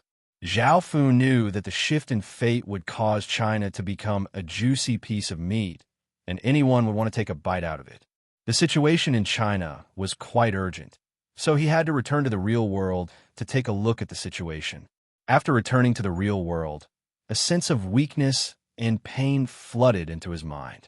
It seemed that his body in the real world had suffered a backlash from the heaven and earth fate and had become weak and painful. Zhao Fu had expected this, but because the Phoenix Chi helped his body recover, Zhao Fu was able to do some simple things. Zhao Fu called Mu Gillen over and had him give him all of the information. At the same time, he found out that many people wanted to see him, such as the family leaders, Flower Moon, Feng Shiyu, and the White Lotus Society's people. Zhao Fu knew what their goal was, but he did not want to see a single one of them, nor did he want to explain. The family leaders, Feng Shiyu, and the White Lotus Society's people had most likely come because of those system announcements. The system announcements had already stated that Qin's fate had been used up and that Qin's legatee had suffered a backlash. With such a big matter, they were definitely quite worried and wanted to know about Qin's situation. However, with how weak Zhao Fu was, it was best for him not to see them. He was already quite weak, so it would not be easy for him to talk to them, and he did not want to arouse their suspicions. As for why Flower Moon's people had come to find him, Zhao Fu did not need to think to understand why, so he did not want to see them. After looking through all of the information, Zhao Fu finally understood the situation in Huaxia. He had never thought that it would be so serious, and a trace of anger appeared on Zhao Fu's face towards the various countries' actions. After all, Qin was also a member of China, and what they had done was equivalent to slapping Qin in the face. Because Qin was in the northern part of China, the northern countries' invasions were relatively gentle, as they were afraid of angering Qin and causing him to take revenge. Because the northern part had become quite weak due to the recent events, it was difficult for them to defend against invasions. Back then, Zhao Fu had only heard about the battles in the northern part of China, and only now did he understand how serious the situation was. Chapter 575. To the west of China, there were mainly Kyrgyzstan, Thailand, India, Indonesia, Thailand, and Bangladesh. In total, there were 8 countries attacking. China's greatest enemy was India. India's population was not inferior to China's, and it might even surpass China's. After all, India's economy was quite backward, and they had not done a full census yet. Anyone who had been to India before would know that India's capital was like a small Chinese county.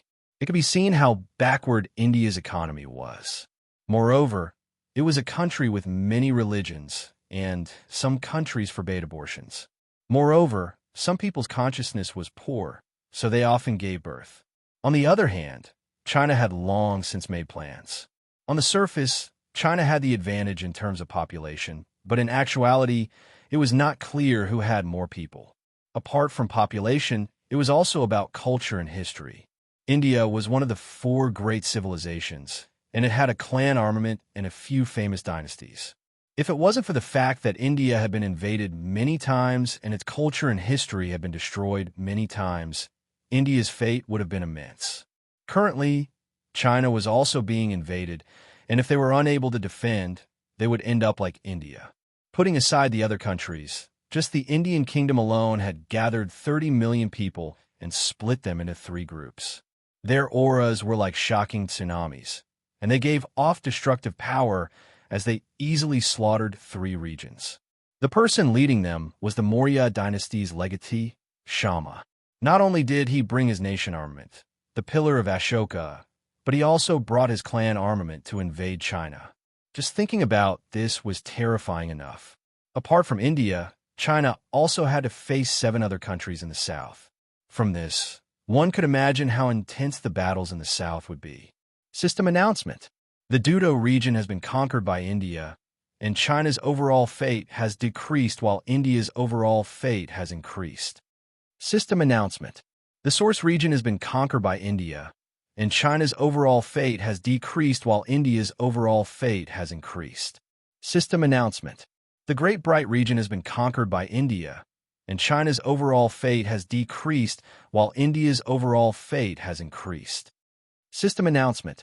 The Road region has been conquered by Ukraine, and China's overall fate has decreased while Ukraine's overall fate has increased.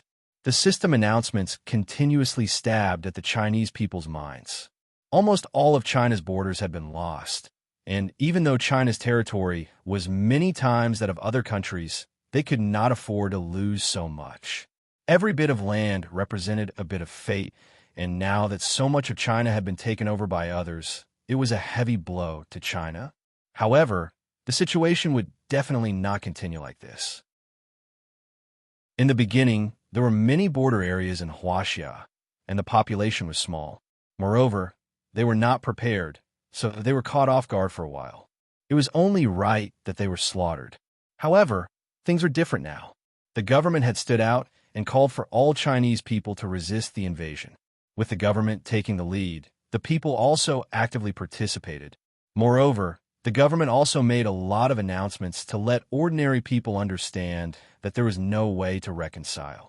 China had no way out, and they could only choose to fight or be slaughtered. This forced countless people who did not want to participate to participate. Of course, they did not want to be slaughtered, so they could only unite together to defend against the invasions of other countries. China's 100 schools of thought and various large sects also took the initiative to join. Now that their country was in danger, these people felt incredibly patriotic.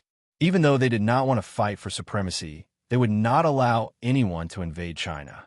The government also met with the various dynasty legatees and factions, sincerely begging them to join the defense. The various dynasty legatees and factions also took the initiative. After all, if other countries invaded, they would be the ones who would be harmed the most, so they had to participate. Otherwise, their fate would decrease, and they would be easily destroyed. The government even shamelessly invited Qin to participate. The invitation was sent to the Ying family. Even though they could not invite Qin's legatee, they wanted to invite Zhao Fu to go. They said that they had to put aside their conflicts, disputes, and hatred to work together to defend against the invasion. Zhao Fu could not help but coldly laugh. Why didn't they say this when they had allied together to destroy Qin? Not only had they suppressed Qin, but they had also expelled him from China and called him a demon. As such, Zhao Fu did not accept the invitation and ordered his people to return it. Moreover, this invasion was not something that Zhao Fu could change by himself. How could Zhao Fu stop it? This invasion was all-encompassing, and there were hundreds of millions of people. How could Zhao Fu stop it with his strength? Should he summon the six paths demon images again? Most likely, everyone would die together, and the four guardian beasts would not allow it. At the same time, it would be difficult for Zhao Fu to summon the six paths demon images again.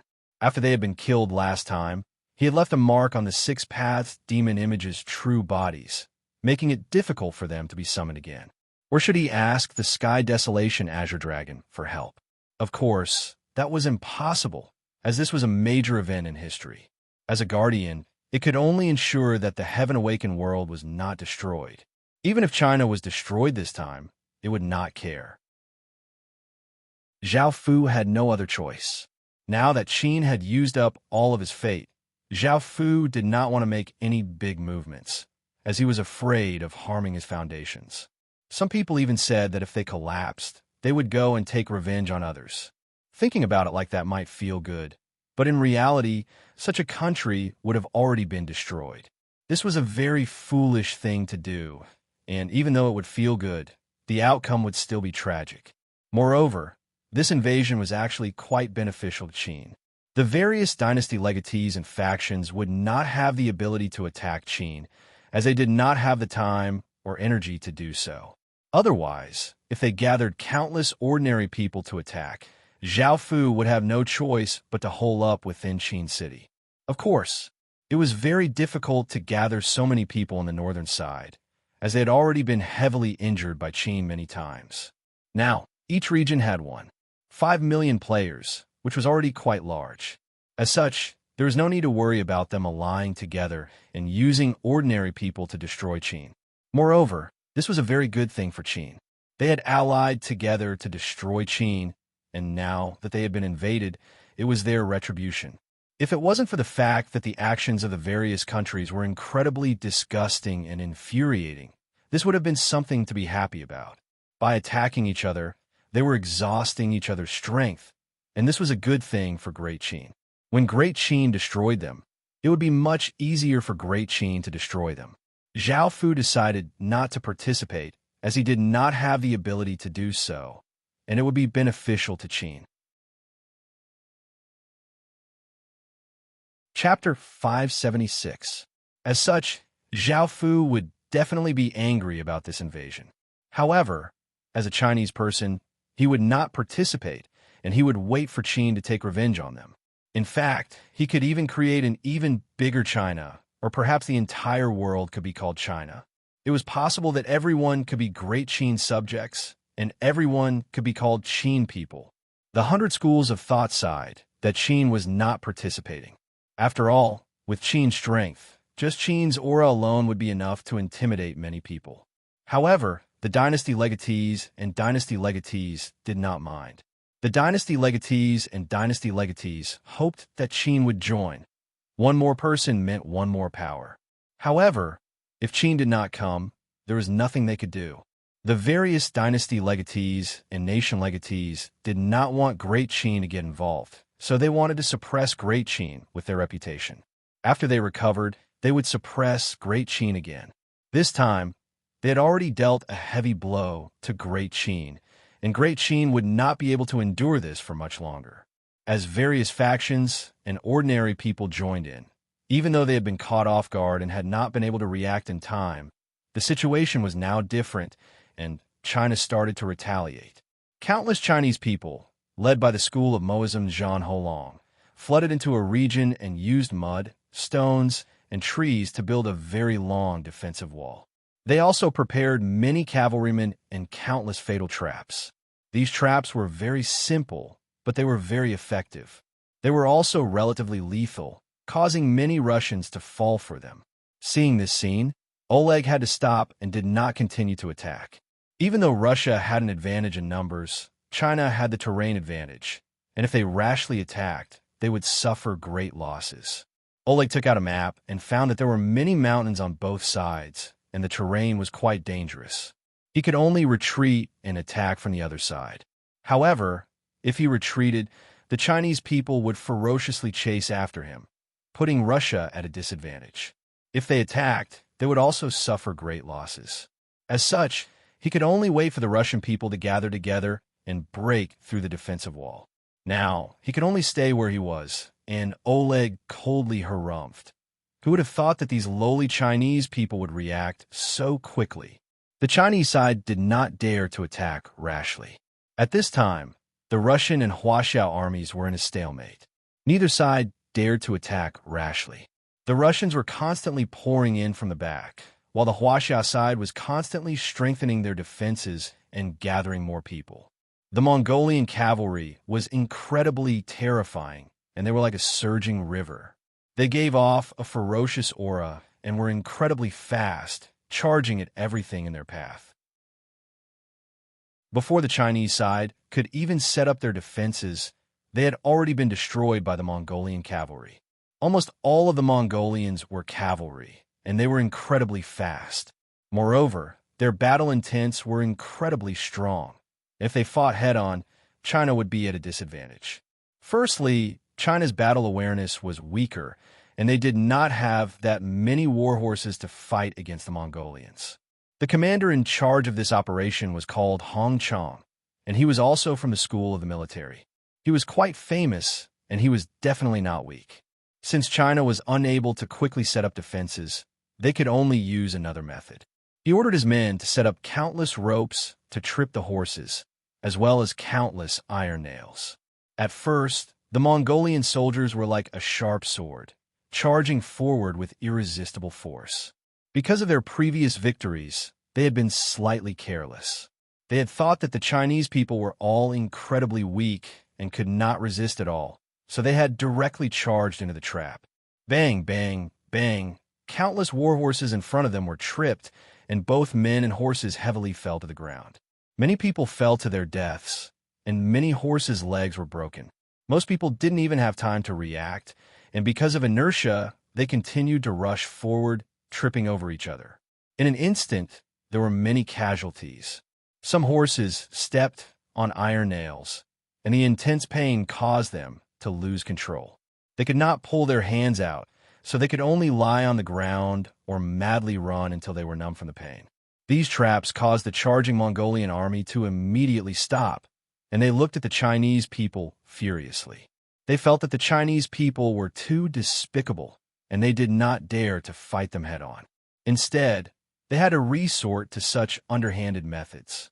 The Mongolian army's greatest advantage was their war horses, and now that their war horses were restricted, the Mongolian army's sharpness and momentum were stopped. Their battle strength would be halved, and if they could stop their momentum, the Mongolian army would be much less of a threat. The Chinese side also had time to set up their defenses. Facing the Mongolian army, it was best to defend. Unless the Chinese side had a large number of cavalry or archers with high cultivation, they would not be able to counterattack. Otherwise, with China's weak will to fight and without any good countermeasures, they would definitely lose against the Mongolian army. Now, Zhao Fu turned to look at the Hassa army. Because the Hassa army was mainly made up of infantry, their speed of advancing was quite slow. This time, they were led by a general called Liu Sanfei, who had much battle experience. Facing the Hassa army, the Chinese side had gathered 5 million or so people, while the Hassa army had 7 million people. The Chinese side was at a disadvantage, as there was a gap of 2 million people between them. In order to make up for this gap, Liu Sanfei decided to split into 3 groups and attack. Even though they did not have many people, if they could confuse them, they would be able to deal great damage and repel a larger number of enemies. The strategy was quickly carried out. Liu Sanfei began to lure the Hassa Empire's army, and then the Hassa Empire's army would attack them. Of course, it would be a 3-pronged attack. Blood and flesh flew everywhere, and cries continuously sounded out. The stench of blood started to spread, and in the end, the Hassa army retreated. 500,000 or so people had died, and the Chinese side had lost roughly 100,000 people. Of course, The Hassa army temporarily retreated a few hundred kilometers and set up defenses to defend against the Chinese side's attacks while waiting for the Hassa army to arrive. The Chinese side did not dare to continue attacking, as the other side already had the advantage in numbers. If they continued to attack, they would definitely lose, so the Chinese side also set up defenses. The situation in the southern side was like this, and it was now in a stalemate. Both sides continuously sent more and more people over, and the battles in the future would become more and more intense. In the eastern continent, facing off against the arrogant South Korea and Japan, the Chinese side retaliated. Chapter 577. The commander of the Goryeo army was a historical general, and because a nation legacy was nearby, the army was given to him to command. The Chinese side had gathered 5 million or so people, while the Goryeo army had 6 million. Even though there were 5 million fewer people, the Chinese side's morale was incredibly high. After all, what the Goryeo army had done before was simply too infuriating. They had actually dared to enslave all Chinese people, and such humiliation would make any Chinese person feel angry. Before, they did not have the strength to resist, but now they had gathered an army. As such, most people wanted to give the Goryeo army a good beating, so their morale was incredibly high. They did not want to defend and directly fought. This time, they did not use any tactics and simply gathered their troops, forming a massive flood that gave off terrifying auras as they ferociously rushed towards the Goryeo army. The Goryeo army had not been in this region for long, and facing so many Chinese people, they did not show any weakness at all. After all, they also wanted to kill the Chinese people. They gathered together and gave off a massive aura as they rushed towards the incoming Chinese army. Boom! The two armies intensely clashed, resulting in a massive explosion. The Chinese people were furious and roared as they swung their weapons at each other, and the Goryeo people savagely also swung their weapons at the Chinese people. The battlefield was incredibly chaotic, and blood continuously flew everywhere as cries continuously sounded out. The sound of weapons clashing was incredibly loud, and people continuously fell. Charge! Kill all of these shameless Goryeo people. A manly young man held a large saber as he chopped down a Goryeo person in front of him and stepped on him as he yelled. This greatly boosted morale, and many people felt hot blood fill their bodies. They were no longer afraid, and they fought incredibly valiantly. The Goryeo people furiously yelled, "The Goryeo people are invincible! Kill all of these Chinese people!" The battle between the two armies became even more intense, and saber lights and sword images continuously flashed as blood continuously flew everywhere. The cries and deaths did not stop, and corpses gradually covered the ground. In the end, the Goryeo army lost 3 million soldiers and was forced to retreat. Because many more Chinese people flooded in, the Chinese army lost 6 million soldiers. Even though they had lost a lot of soldiers, they had forced the Goryeo people into retreat. The Goryeo army retreated to the boundary region and started to build defenses, waiting for the Goryeo people to arrive. The Chinese side did not continue to chase and started to build defenses to defend against the large-scale invasion. Then, he turned his attention to the battle in Japan. This time, they didn't use any tactics and directly fought. Both sides' battle power was about the same, and their battle wills were also quite powerful. In the end, both sides suffered heavy losses, but China still managed to stop Japan's invasion and showed the Japanese how powerful China was. After that, the two armies continued to face each other, waiting for reinforcements to arrive. Then, there was the battle against the Philippines. Because they were going to fight against Japan, they pulled a lot of their forces over to defend against the Philippines. Because Country F had a lot of people, their combat power was not very strong. China had already built up defenses. Although they had fewer people than Country F, they were able to successfully defend against Country F's invasion. After Country F attacked a few times, they realized that their attacks could not break through, so they could only give up and stay where they were. As for Malaysia, Indonesia, and North Korea, the Chinese side was also on the defensive, because they had pulled almost all of their forces over to deal with Korea, Japan, and the Philippines. They could only defend. Even though people from other regions were still arriving, they were not as fast.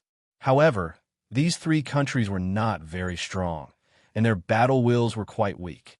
They had been planning to take advantage of the situation, so after the Chinese side built up defenses, they did not continue to attack. They planned to conquer the border regions that they had conquered. On the eastern side, the situation had calmed down. However, just like in the southern side, both sides were investing more troops.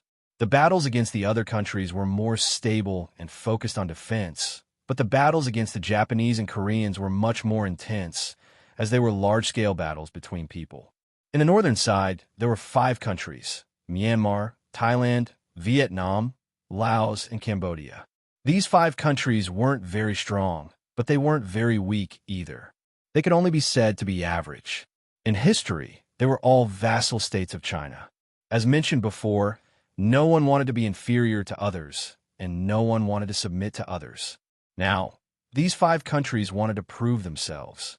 They were not only invading China for territory, fate, and other benefits, but also to prove to China that they were not weaker than China and would not submit to China. They wanted China to see their power. However, because of Qin, who they feared the most, they did not dare to be too arrogant. This was especially so for Vietnam, which had lost a region to Qin. As such, they were even more careful than the other countries, as they were afraid that Qin would attack them. The northern side, which had been heavily injured many times, was much weaker than the other sides. However, the battles were not as intense, and they were very stable. After China built up defenses, the 5 countries did not continue to invade. They were mainly worried about Qin. Otherwise, with the northern side's strength, it would have been quite difficult to defend against the 5 countries, and things would not have been so peaceful. This allowed the Chinese factions to let out a sigh of relief.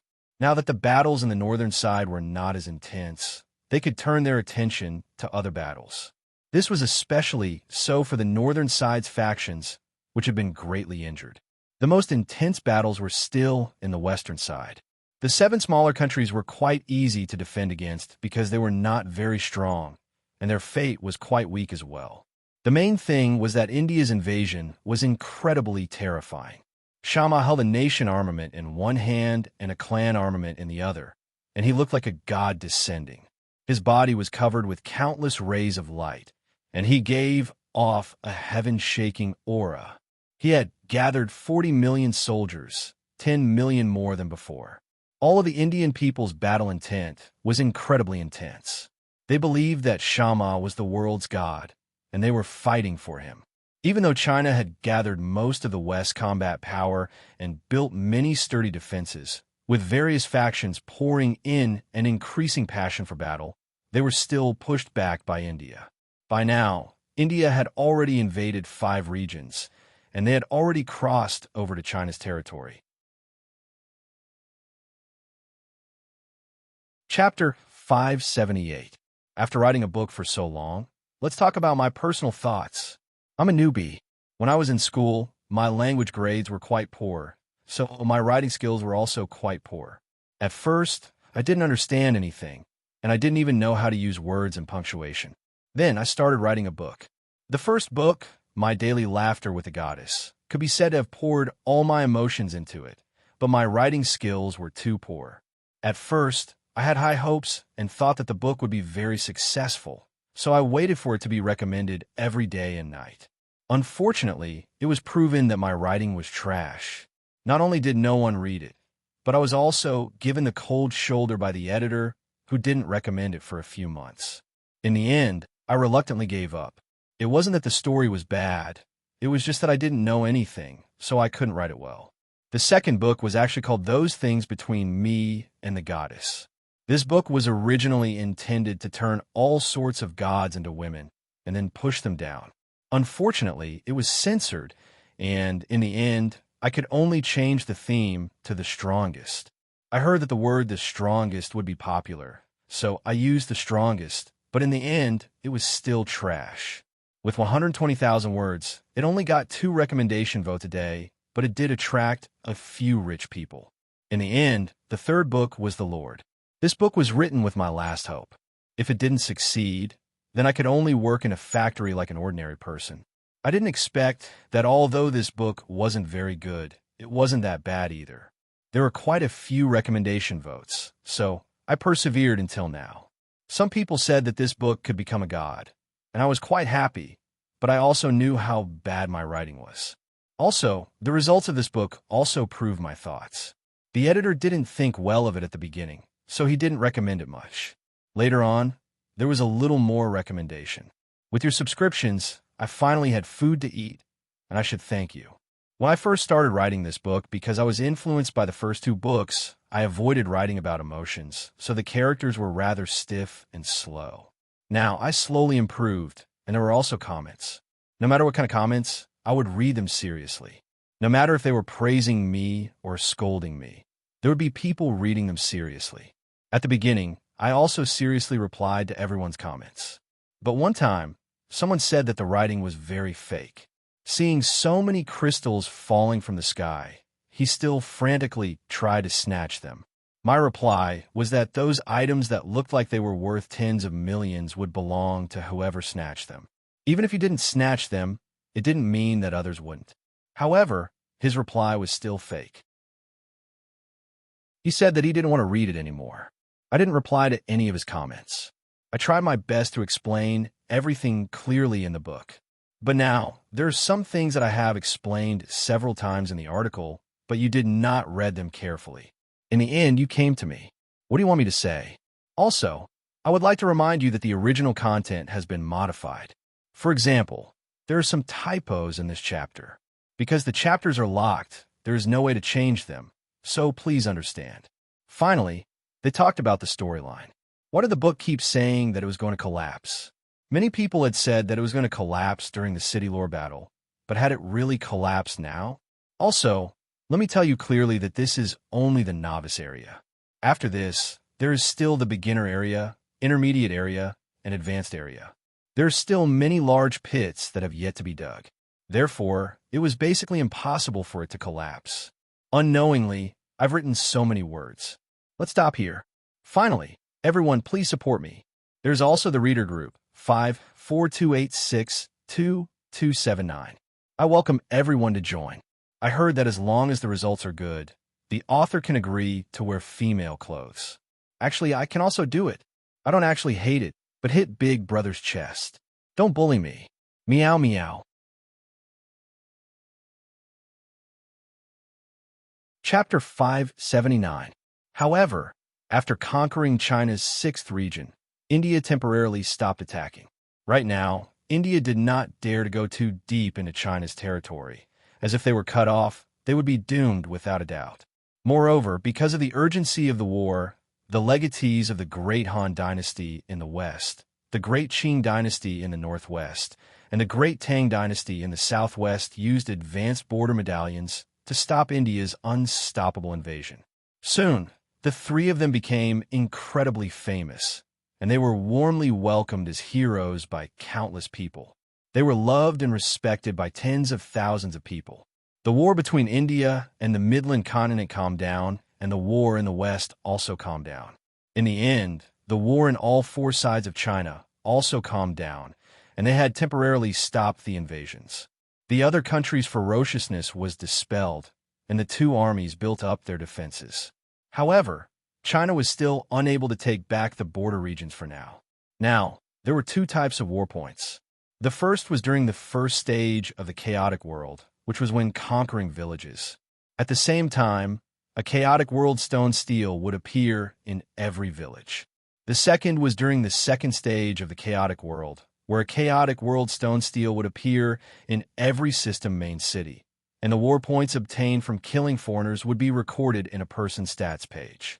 Killing a foreigner would normally give 100 war points, and during the fate shift, foreigners would receive 5 times the rewards for killing Chinese people, while China would only receive twice the rewards for defending.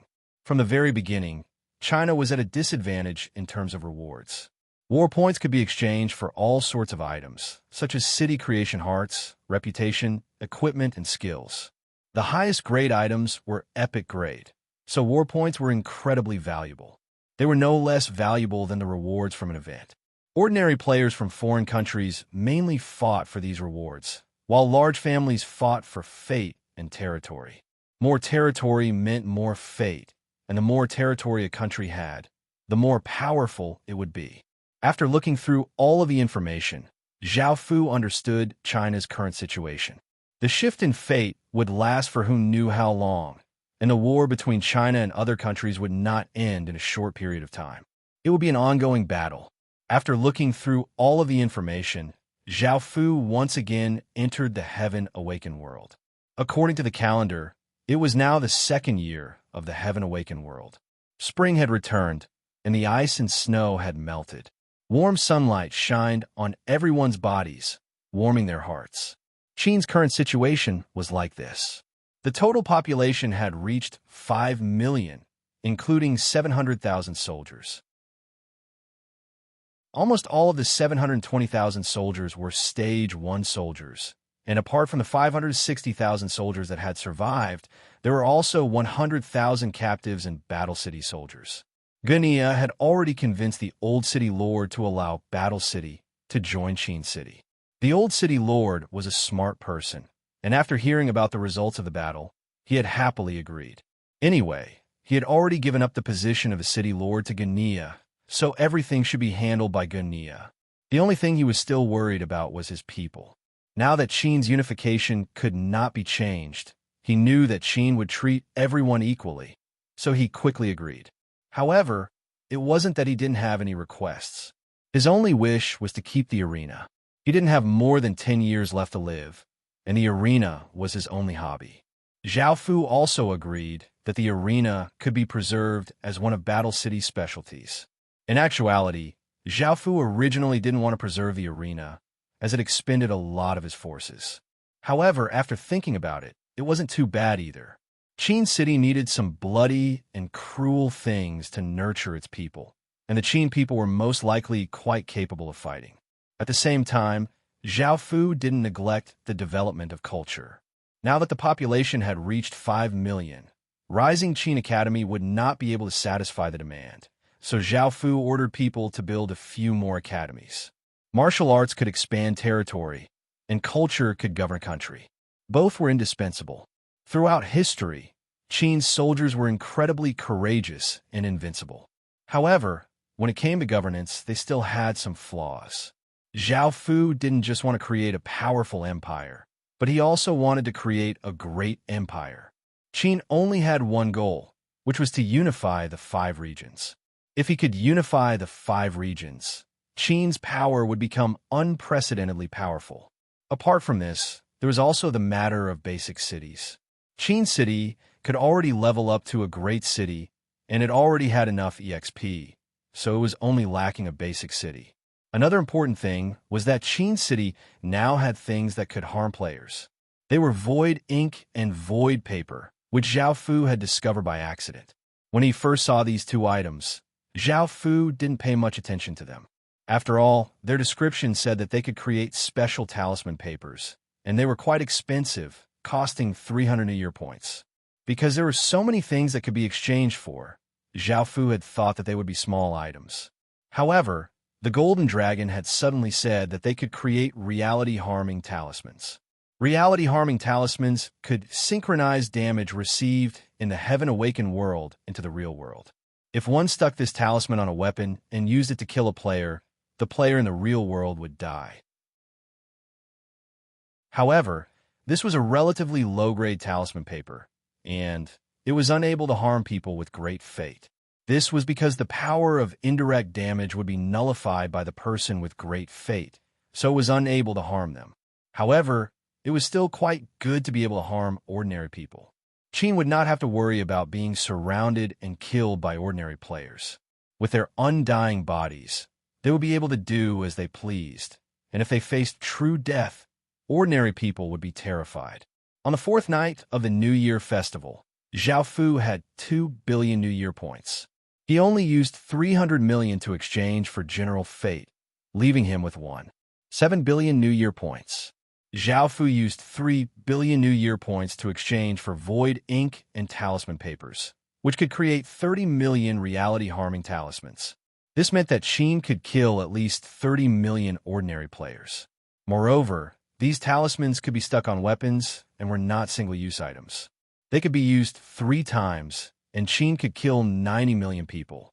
The Golden Dragon also said that he could create talisman weapons, which could increase the effect of the talismans by 4 times. In that case, the number of people Qin could kill would be 360 million. With such a terrifying number, who would dare to make an enemy out of Qin? There were only 7 billion people in the world, and Qin could kill 300 million or so of them. This was enough to kill almost everyone in a large country. If everyone used this talisman weapon equipment, they would be able to end this invasion and cause the other countries to retreat in terror. They would not dare to make an enemy out of Qin. Chapter 580. This was an incredibly exciting matter, and Zhao Fu grinned.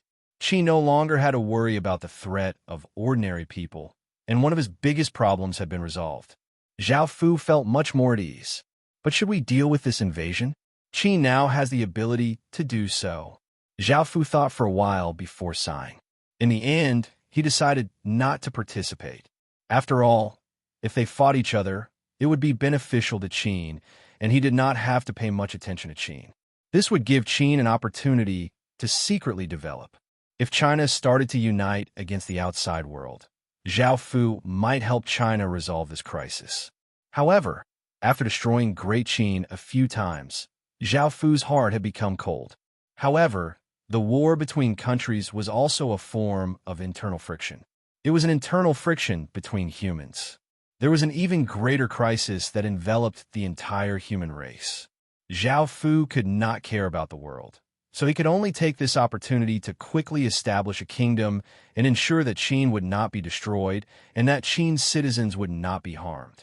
With the remaining 500 million New Year points, in order to speed up the process of conquering villages, Zhao Fu exchanged for a village compass, which would point out the locations of villages within 10 kilometers. Even though it was only 10 kilometers, which was not very big, it saved them a lot of time. After all, if they took out the compass and found that there were no villages, they could immediately leave and head to the next region without having to continue searching. This kind of compass was incredibly expensive, and it cost 10 million New Year points to exchange for one. In order to quickly clear out the 5 regions, Zhao Fu could only exchange for 50 of them. With the current military strength, it would take more than a month to clear out a region. If they wanted to clear out the 4 nearby regions, it would take at least half a year. It would take far too much time. Qin's soldiers returned to clearing out the Forest of Horrors, and the 10 or so city lords controlled the situation while the soldiers split up and started to explore. 1 week later, spring had arrived, and the snow and ice had all melted. Green sprouts had sprouted on the trees and the ground, and the surroundings were filled with life. By now, Qin had cleared out 2/3 of the Forest of Horrors, and there was only 1/3 left before he could unify the Forest of Horrors. The war at the border of Huaxia was still the same. There weren't many fluctuations. You hit me, then I hit you. The war was in a stalemate. However, Zhao Fu also received a piece of good news, which was that Great Qin had found the final nation legacy in the territory that they had planned out. Northern Qi was the most licentious dynasty in the history of China. The most common thing an emperor did was to rape other people's wives and daughters. Adultery was a common thing. Usually, fathers and sons shared a few women, and brothers shared a few as well. Not only were these women concubines, but they also did not let off their wives. This was not just a once or twice occurrence. Rather, it happened quite often. At the same time, the sovereign king also liked to snatch the wives and daughters of his ministers, and he would even do it in court. Some sovereigns even went to court naked. In addition to its debauchery, its politics were also extraordinarily dark and corrupt. Half of the time, Northern Qi was ruled by no law. It was decided by personal likes and dislikes, or by the mood of the day. If they told you to die, you would be sentenced to death. If they told you to live, you would be acquitted. If they didn't kill, they would be sentenced to death. And if they didn't live, they would be innocent. Emperors would also kill people if they wanted to. Some emperors would even dismember the corpses and cook them in court. They would feel uncomfortable if they didn't kill or cook people for a day. It wasn't just a few people a day, but many.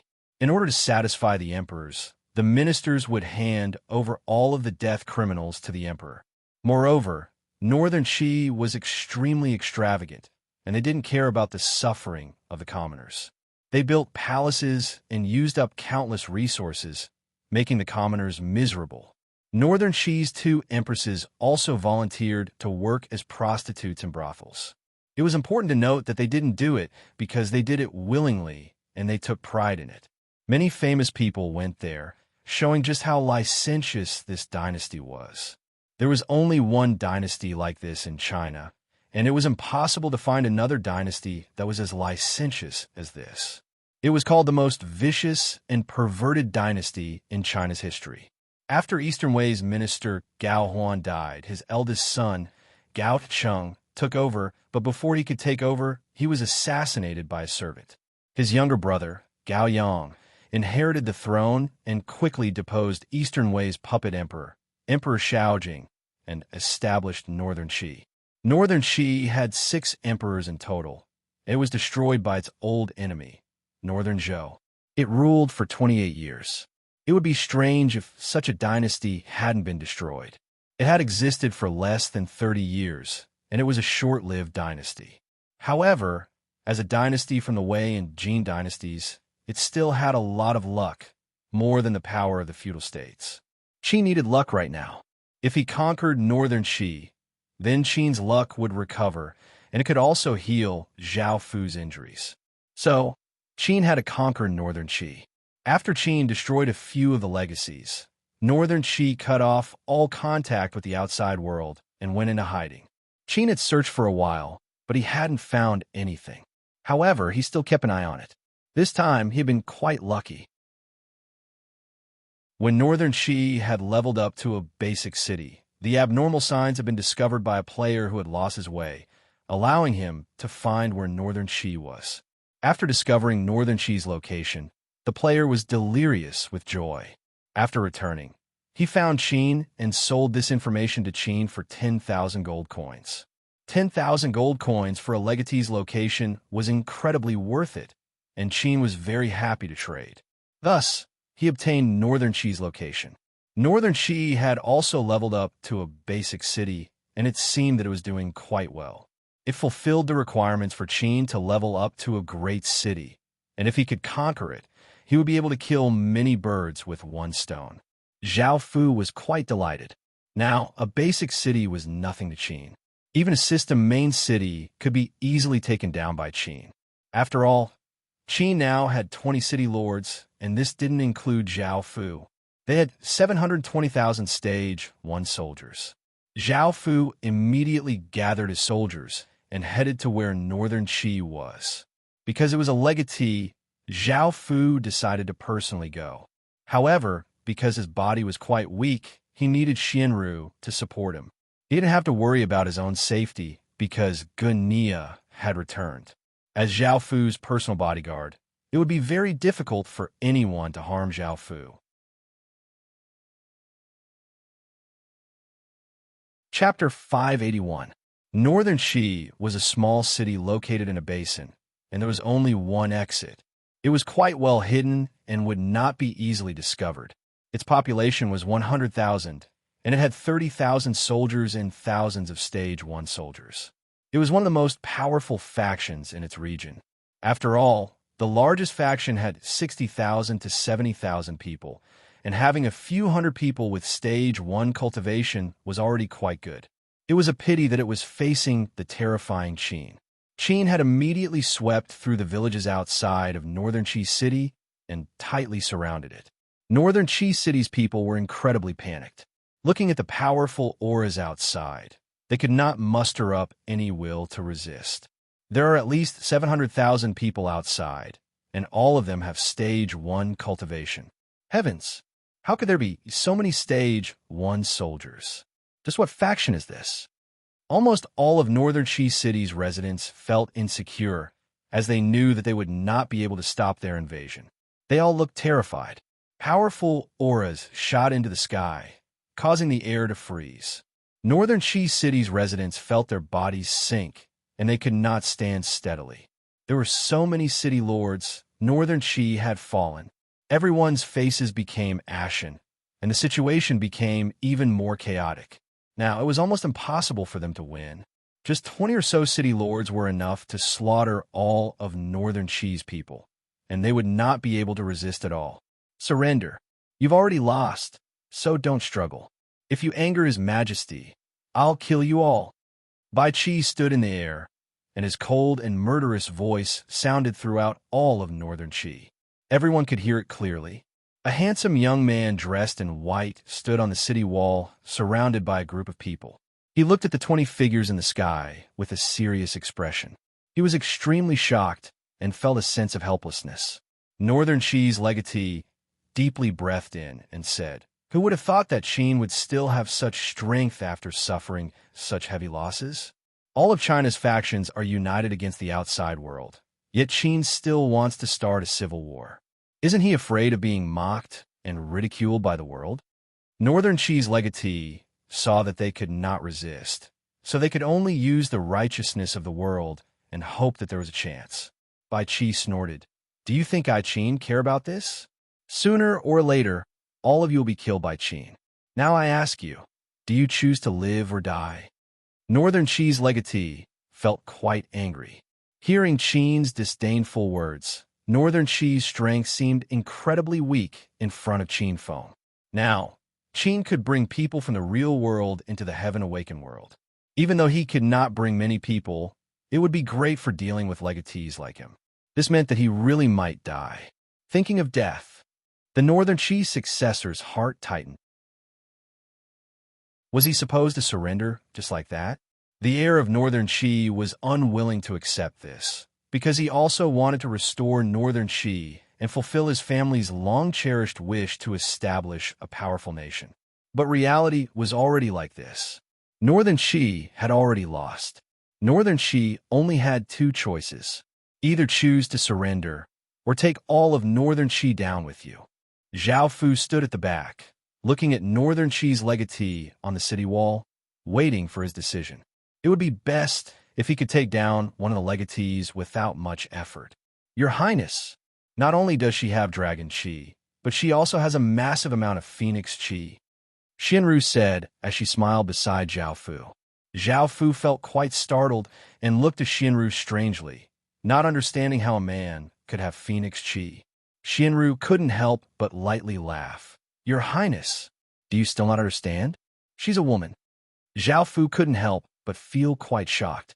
Northern Qi's legatee was quite handsome, but he had never thought that he would be a woman. However, Northern Qi's Gao family was quite outstanding in this area. An extremely handsome man had appeared in history, and he was the Prince of Longling. It was said that he could make countless young women go crazy, and he had to wear a mask every day. Boom! A gray ray of light shot into the sky, causing the sky to tremble. An explosion sounded out as countless traces of gray dragon Qi gathered in the sky, causing the weather to change as a massive might formed. Roar! A massive dragon's roar sounded out in all directions as a 100-meter-long gray dragon condensed in the sky and gave off a powerful aura that spread out like a wild gale.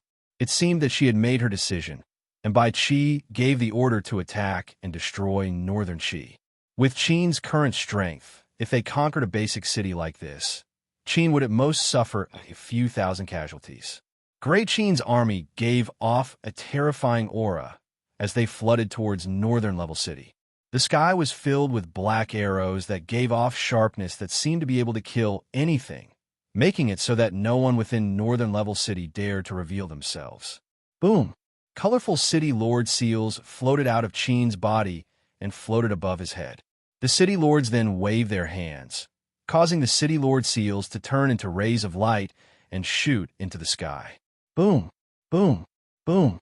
Explosions continuously sounded out as the City Lord seals gave off large amounts of light, forming massive orbs of light that exploded out with terrifying power and gave off shocking auras.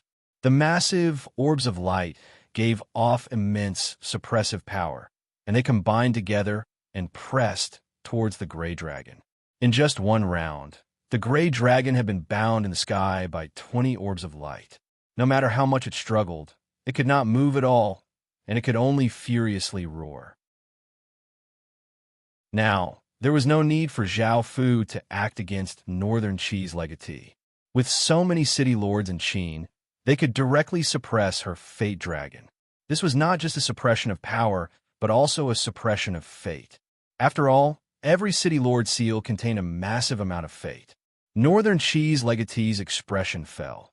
She had never thought that her most powerful attack would be suppressed so easily. She could only cry out as a square jade seal that gave off a gray light and had a dragon carved on it appeared, and a powerful aura spread out from her body. Seeing that Northern Qi's legatee still wanted to struggle, Zhao Fu said softly, "Leave her alive." As Zhao Fu gave the order, the 10 or so city lords standing in the air immediately obeyed and turned into rays of light as they shot towards Northern Qi's legatee. The battle concluded incredibly quickly.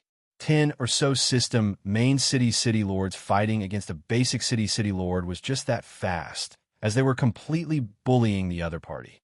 Seeing that there was no chance of victory, Northern Qi's legatee wanted to commit suicide. However, she was captured and fed a reality fruit, causing her body in the real world to fuse with her body in the Heaven Awakened world. Now that Northern Qi's legatee had been captured, Northern Qi City's battle immediately concluded, and everyone chose to surrender. Chapter 582. After Qin's army took complete control of Northern Qi City, Zhao Fu walked into the city hall with Xianru's support.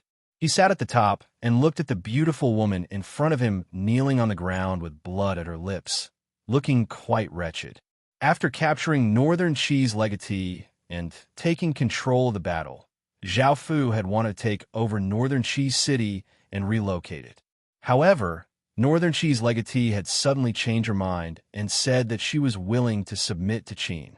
She expressed that she was willing to do anything and hoped that Qin would be able to preserve Northern Qi's name, so that Northern Qi would not be destroyed.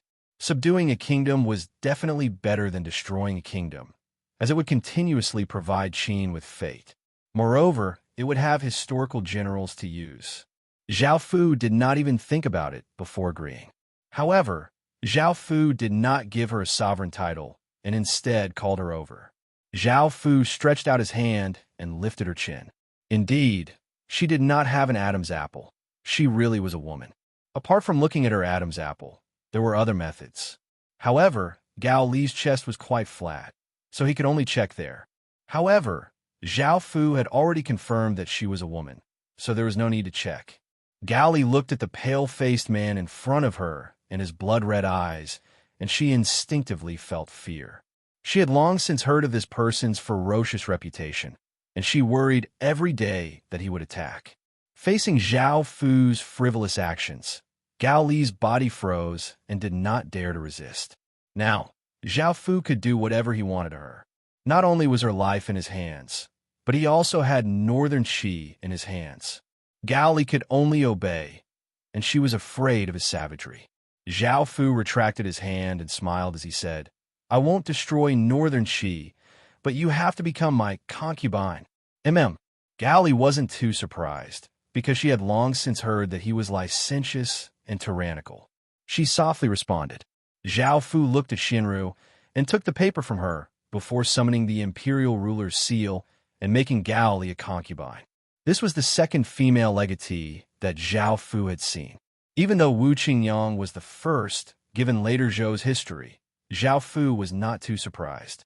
However, he was quite surprised that Northern Qi had chosen a female legatee. This was because the vast majority of legatees were male, and it was extremely rare for a female legatee to appear. Gao Li's body now contained both Dragon Qi and Phoenix Qi. Because she did not have Wu Qingyang's constitution, once she was made a concubine, her dragon qi would be completely converted into phoenix qi.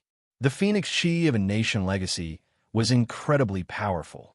When Zhao Fu's imperial decree paper turned into a ray of light and entered Gao Li's body, boundless gray dragon qi came out of Gao Li's body. A gray dragon started to change within her body. The gray color gradually faded and turned golden. The divine dragon gradually collapsed, and in the end, a brand new golden phoenix appeared. The golden phoenix flapped its wings inside Gao Li's body, and a powerful phoenix qi gushed out like a spring. Zhao Fu's pale face regained some color. Just Gao Li alone had more phoenix qi than Sun Hanxiang and Wei Qin combined. No wonder she was a nation's inheritor. Seeing this, everyone else let out a sigh of relief. To outsiders, Gao Li looked like an incredibly handsome man, and hearing that Zhao Fu was going to make him a concubine, countless people were quite shocked. They thought to themselves, Zhao Fu wasn't interested in women, so why was he interested in men? Looking at Gao Li's phoenix qi, everyone realized that this handsome man was actually a woman. Your Highness, we didn't find any historical generals, nor did we find any corpses of historical generals, but we found a few historical figures. A soldier stepped forward and reported.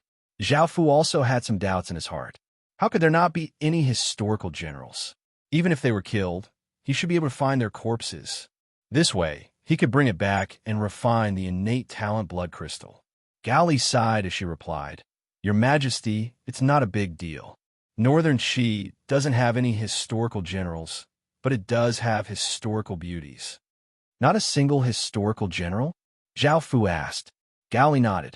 She also felt a little helpless about her family's inheritance of Northern Qi.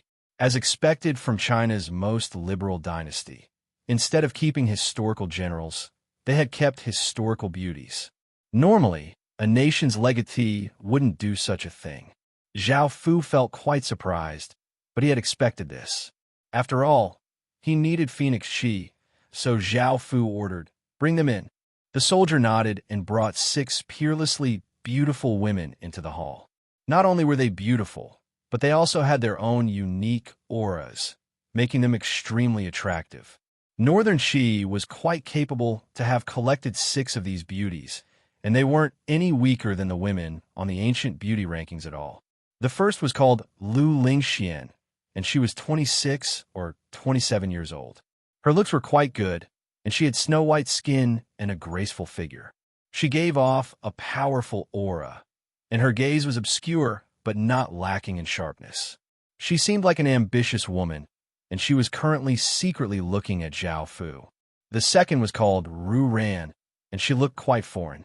She was tall and slim, and her skin was the color of wheat. She also gave off a wild and stubborn aura. The third was Chao Jiaoi, and she was just over 20 years old. She was as beautiful as a flower and had a graceful figure, and she gave off a flirtatious charm. The fourth was Lu Zhaojun, and she was 30 years old. She was quite beautiful and had a mature figure, and she gave off a simple and virtuous aura.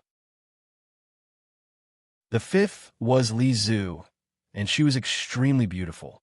Her skin was tender, and she gave off a gentle aura. The sixth was Feng Xiaoyan, a famous beauty in history. Her beauty was a notch higher than the other 5. Not only was her skin tender, but it was also as white as snow. Her figure was graceful, and she gave off a pampered aura. Zhao Fu first had Xinru take a look at them.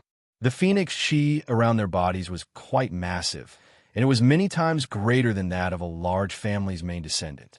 Zhao Fu did not hold back and made them concubines. Massive amounts of phoenix qi flowed into the Emperor Phoenix statue, and Zhao Fu immediately felt his injuries quickly recover. Now, he did not need to be supported and could walk for a bit. This was a great improvement. The backlash from the heaven and earth fate was not something that could be healed by ordinary items. After all, medicine was useless, and one could only rely on fate to slowly heal. Following this, Zhao Fu turned his gaze to Feng Xiaoyan. Her descendant, Feng Xiu, was still in the Ying family. Facing Zhao Fu's gaze, Feng Xiaolian pouted, a trace of flirtatiousness in her eyes. She looked incredibly alluring, as if she was ready to be plucked. Zhao Fu lightly laughed and ordered people to bring Gao Li and the 6 historical beauties away, and he prepared to conquer northern Qi City. Later, other people found out about what had happened here, and they could not help but sigh. China's most liberal dynasty had been manipulated by others. Chapter 583.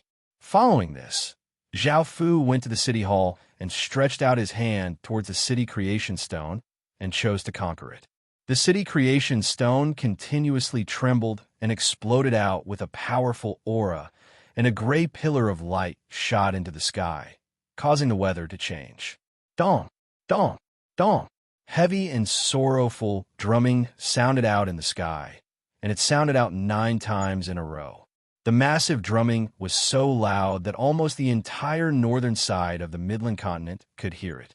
Countless people felt quite startled. They knew what this meant, but now that the 2 armies were at a stalemate and China and the other countries were fighting intensely, who could destroy a dynasty legacy? Everyone was shocked. Everyone knew that the dynasty legacy had been destroyed. Apart from Qin, who had been heavily injured and had not been heard from at all, there was no one else in the northern side of the Midland continent. Hearing this, the 5 invading countries in the northern side felt quite terrified, and they immediately went into a defensive state and did not attack for now. This matter was quickly heard by the other dynasty legatees, and they coldly laughed and sent people to spread rumors. Soon, countless people found out that Great Qin had actually started an internal war and destroyed a dynasty legacy despite being united against the outside world. The Chinese side was sent into an uproar as tens of thousands of people started to curse at Qin. God damn it, are you even a Chinese person? Not only is he hiding like a coward and not doing anything, but he's also starting an internal war and destroying unity. God damn it, are you even human, Qin? Qin's an idiot. Get the hell out of China. How disgusting. He's definitely a traitor and a traitor, or else he wouldn't have destroyed the war. Everyone, remember, we'll find an opportunity in the future to destroy that dog Qin. He's destroying unity and going against the will of the people. China is in a crisis, yet he's not doing anything. It's best if this trash dynasty is destroyed as soon as possible. That Emperor Qin is the same. China doesn't need such a selfish person who doesn't care about love at all. Everyone in China cursed, but after hearing about this, the various countries looked quite shocked. Hadn't Qin's fate been used up? Emperor Qin should have suffered a backlash from the heaven and earth fate, and he should be resting in his base. Why had he come out again? It hadn't even been that long. Could it be that Qin had recovered so quickly? Don't tell me he's going to do something big again. The various countries hesitated for a moment before finally entering a defensive state and not attacking. They wanted to see if there were any changes to the situation. India's Shama's expression became quite serious. Now that he had a nation armament and clan armament, it could be said that he looked down on everyone and believed that no one could defeat him. The only person he feared was Qin's legatee, the person he feared the most in the world. Facing him, Shama did not have much confidence because the other party also had a clan armament and had many other terrifying methods. If they fought, there was at least a 50% chance that they would lose. After pondering for a moment, Sarah decided not to attack for now. She decided to wait and see if there were any changes to the situation. His gaze returned to Zhao Fu. After conquering Northern Level City, a series of notifications rang out in his mind, making Zhao Fu's head feel like it was about to explode. Notification: Northern Qi's surrender was devoured by Qin, and Qin obtained a great deal of it. Notification: Qin subdued Northern Qi and obtained all of its inheritances. Notification: Qin's city heart has evolved and is currently 4/30ths. System announcement: Qin City has obtained 1/5 of Northern Level City stats. System announcement: Nation Armament 12 Metal Colossi has obtained a large amount of Nation Fate and evolved. System announcement: Clan Armament Imperial Ruler Seal has obtained a large amount of Nation Fate and evolved. System announcement: You have conquered a city with a nation legacy and obtained 6,000 achievement points. System announcement. You have obtained 500 war points. System announcement. Congratulations, Qin City has fulfilled the final condition and obtained sufficient EXP. It has begun to level up into a level 1 great city. Zhao Fu did not look at the other system announcements, but when he saw the final system announcement, Zhao Fu couldn't help but smile. Qin City had finally leveled up into a great city. At the same time, as a large amount of Northern Qi's fate was absorbed by Qin City's withered body recovered some of its energy, and Zhao Fu's injuries also recovered. Now, he did not need to be supported and could walk without any problems. After taking care of everything, Zhao Fu felt quite satisfied as he returned to Qin City. Because Northern Qi City's foundations had not been destroyed, it could not be relocated, and Zhao Fu did not take the people here with him. Northern Qi City's population was now only 70,000, which was relatively small compared to a normal city. In response, Zhao Fu provided some high-tier medicinal pills and some high-quality equipment for them to defend the city. Zhao Fu also left some in the villages outside so that Northern Qi could recover faster. Right now, Northern Qi belonged to Qin City, so with Qin City's protection, it would be relatively safe. However, its own strength was still needed. However, Gao Li still had 6 historical figures that Zhao Fu had to take with him.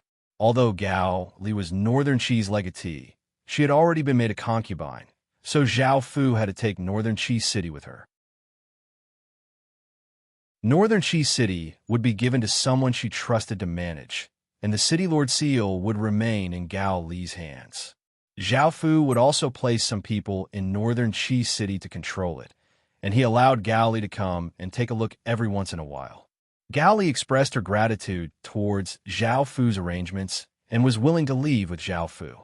Zhao Fu had not expected that Gao Li would be quite suitable for the Silver Lake Immortal Sword, so he gave it to her so that she could stay by his side and be trained as a guard. After returning to Qin City, Zhao Fu immediately looked at Qin City's stats. Village name, Qin City, Epic, Level 1 Great City Village Area. 4,500 square kilometers village territory, 201,800 square kilometers popular support, 85 special stats, territory crop output plus 150%, territory crop growth time minus 150%, population limit plus 105%, resident stats plus 10, soldier stats plus 11%, population attraction plus 125%, high-grade attraction plus 125%. Subsidiary village limit. 8. 400 subordinate villages. Logue Village, Jean Village, Doran Village, Li Family Village, Wolf Village, Tiger Village. After upgrading a great city to level 1, it would require more than 10 million experience points. This was a massive figure, and a normal person might not be able to gather so much in their entire life. This was not an easy task for Qin City either. However, after upgrading a great city to level 5, it would be a capital city, and above that would be a royal city. With a royal city, Qin City would be able to establish a nation. This was something that everyone would be excited about. The requirements for upgrading a capital city were 3 great cities, 6 small cities, and 9 towns.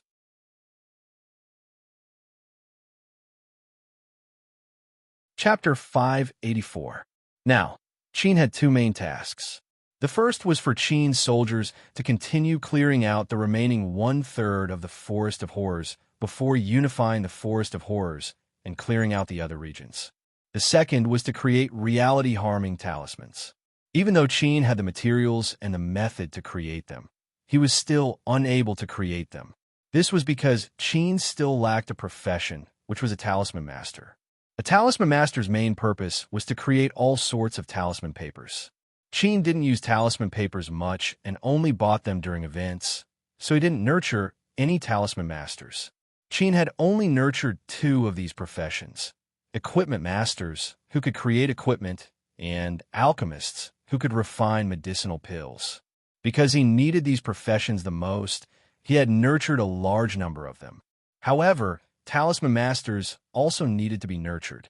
Apart from creating talisman papers, Zhao Fu also wanted to create talisman weapons, which were also called talisman equipment. Talisman equipment required talisman stones, because talisman stones were a core material. The method to create them was quite complicated and required a talisman master to participate. According to the Golden Dragon, talisman equipment was something that the Heaven Murder Empire had obtained after destroying an extremely powerful talisman empire. It was an incredibly powerful piece of equipment, and it was a secret of the talisman empire. White-grade talisman weapons were even more powerful than blue-grade weapons, and they could be used with talisman papers to create powerful enchantments that were even more powerful than silver-grade weapons. It was a pity that Qin lacked the core material, talisman stones. Talisman stones were quite rare, and most of the talisman stones on the market were white-grade. They were incredibly expensive, costing 1 gold coin each. However, what Qin didn't lack the least was money. Putting aside the player's equipment, just the 10 or so system main cities that Qin had destroyed could provide him with at least 3 million gold coins, which was 30 million gold coins in total. Zhao Fu ordered people to buy a large number of talisman stones from the market. Of course, the higher the grade, the more powerful the talisman weapons would be. Apart from this, Zhao Fu also spent a large amount of money to buy 10 talisman master profession change stone steels. Each stone steel could allow 2,000 talisman masters to change professions, which was 20,000 in total. It was best for talisman masters to be literate. If they knew calligraphy, they would be more suitable for talisman masters because talisman masters were good at writing. Talisman masters needed to be nurtured, and talisman weapons and talismans could not be produced in a short period of time. Zhao Fu placed his attention on other matters. Zhao Fu called over Sun Hanxiang and the other 3 women. Because there were many things to do, Zhao Fu hadn't paid much attention to them recently, and he didn't have them serve him in bed. Now, the 4 women's loyalty had increased, and Bai Shihan's loyalty was now 80%, and she could be appointed as a general. However, the other 3 women's loyalty wasn't very high. Sun Hanxiang only had 40 loyalty, Wei Qin only had 30 loyalty, and Su Liuyi only had 50 loyalty. Zhao Fu felt quite disappointed and did not know when he would be able to tame them. So he said, "You can leave for now." Of course, he said this to Sun Hanxiang and the other 2 women. As for Bai Shihan, she stayed by Zhao Fu's side. She was a general, and as long as she was willing to submit, she would be on equal footing with the other generals. However, at that moment, Wei Qing suddenly said, "I don't want to stay with your women. I want to go to the battlefield." The 3 of them were all generals and had experienced many battles. They simply couldn't accept this, and they didn't want to be like other women. They were Zhao Fu's concubines, and they had had enough of this. Zhao Fu couldn't help but laugh as he said, "Do you really think that with your loyalty, I'll be able to hand my soldiers over to you?" Hearing this, Wei Qing was speechless. Sun Hanxiang bowed and sighed as she said, "I'm willing to submit. Anyways, I've already been in bed with your majesty for a few days, and I can't protect my reputation anymore. I admit defeat." Hearing this, a trace of awkwardness appeared on Zhao Fu's face. Seeing this, Su Liuyi also made a decision. Her loyalty had reached 50, which was 10 points higher than Sun Hanxiang's, so she also said, "I'm also willing to serve Qin."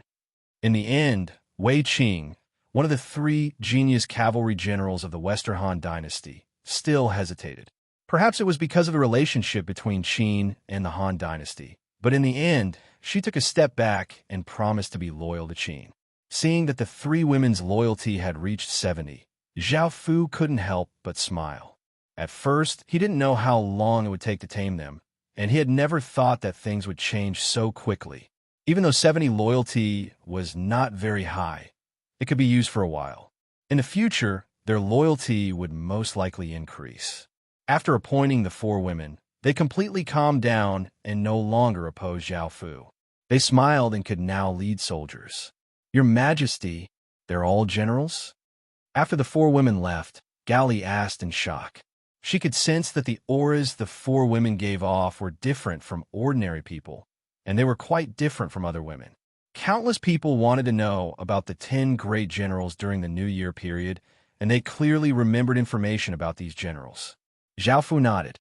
Now that Gao Li belonged to Qin, Zhao Fu did not hide anything and told her everything. This caused Gao Li to feel incredibly shocked, and she thought to herself, Qin is indeed monster level. He gets at least half of the benefits in this event. No wonder no one can defeat him. Now, it was not important. She belonged to this man. The more powerful Qin was, the more powerful she would be, and the more benefits her family would receive. Thinking about this, a trace of gentleness appeared in Gao Li's eyes, and she seemed to be willing to become Zhao Fu's woman. After subduing the 4 women, Qin had 4 more generals. Their general stars were all generals, but because they had been summoned to this world, they were like the other historical generals and had fate seals. However, after resolving this matter, Zhao Fu had one less thing to worry about. Finally, Zhao Fu went to the wyvern den to take a look. The wyverns were one of Qin's great hidden weapons, and they had the power to turn the tide of battle. It was a pity that there were only 32 wyverns. There were 27 wyverns that could directly participate in battle.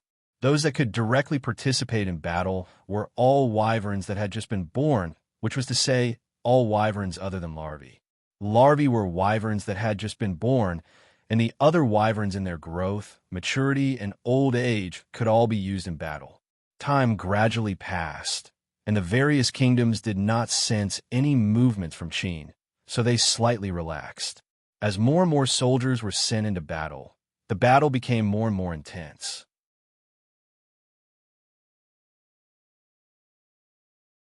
Chapter 585.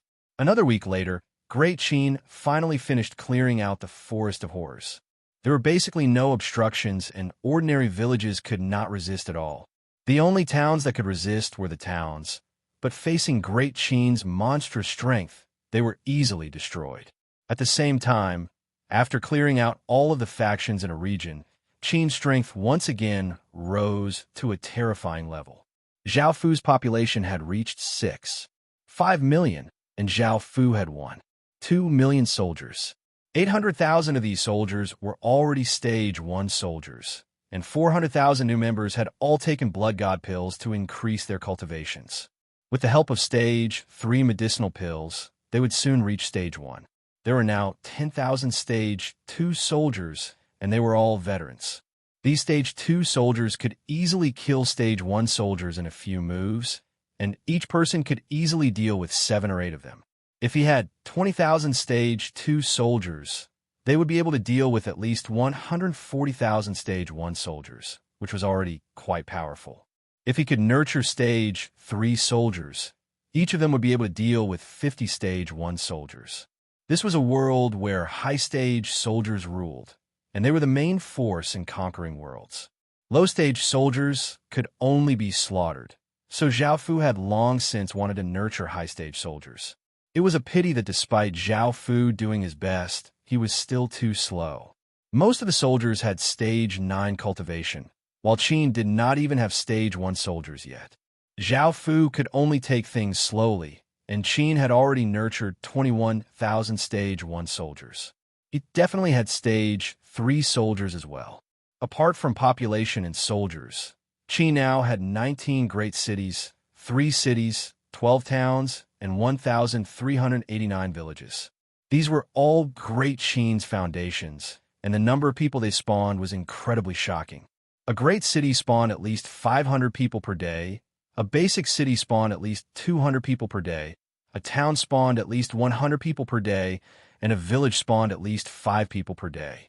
The 19 great cities spawned 9,500 people per day, the 3 cities spawned 600 people per day, the 12 towns spawned 1,200 people per day, and the 1,389 villages spawned 6,945 people per day. Altogether, there were 18,245 people per day, or nearly 20,000 people per day, which was how many people Qin spawned in a single day. Apart from this, Great Qin had also purchased at least 25,000 people from the slave system in the various regions. Moreover, this was the number of people that Great Qin had bought in a single day. Only with the support of a huge population could they continuously make up for the population consumption caused by war in the future. This way, the country would not be empty and unable to defend against invasions. Now, the Forest of Horrors had become Qin's base, and they had cleared out all of the region's factions. They had completely taken control of the Forest of Horrors, and this was Qin's first cornerstone, as well as the first step for Qin to dominate. In the future, it would be the capital of Qin. After clearing out all the forces, Zhao Fu obtained the final control of this area and also received a notification. Notification: you have destroyed all of the Forest of Horrors factions and obtained the highest authority in this region. You are now the lord of this region and can change the laws of this region. After this system announcement sounded out, the entire Forest of Horrors trembled. Rays of three-colored light continuously appeared in the surroundings and gathered above the great Qin city. A massive aura spread out from the sky. This aura had no ill intent and only gave off pure power, causing countless people to look up and revere it. At the same time, a 2-meter-wide, three-color ball of light appeared in the sky. Then it slowly descended and automatically merged with Qin's city heart. Notification: Qin City has fused with the region heart, and Qin's faction has become the official faction of this region. This was quite a delightful matter. Just from hearing about the highest authority in a region, one could tell how powerful Qin's faction was. Moreover, Qin's faction had become the official faction of this region, which meant that Qin was now the official faction of this region. Zhao Fu couldn't help but feel excited and loudly laughed. Now that Qin had become the official faction of the Forest of Horrors, its power was incredibly great. At the same time, there were countless unexpected benefits. This would make anyone incredibly happy, and they would laugh so hard that they wouldn't be able to close their mouths. After all, the benefits and power far surpassed anything that anyone could imagine. Now, Qin City had a new page, which was the region page. Now, everything in the Forest of Horrors was under Qin's control. First, he could change the name of the region. Even though the name Forest of Horrors suited the appearance of this place, Zhao Fu didn't like it. After all, this was Qin's base, and calling it the Forest of Horrors didn't sound good. Zhao Fu thought about it and decided to use the name of the ancient capital of Qin, which was Xianyang. He entered the name Xianyang into the region page and chose to confirm.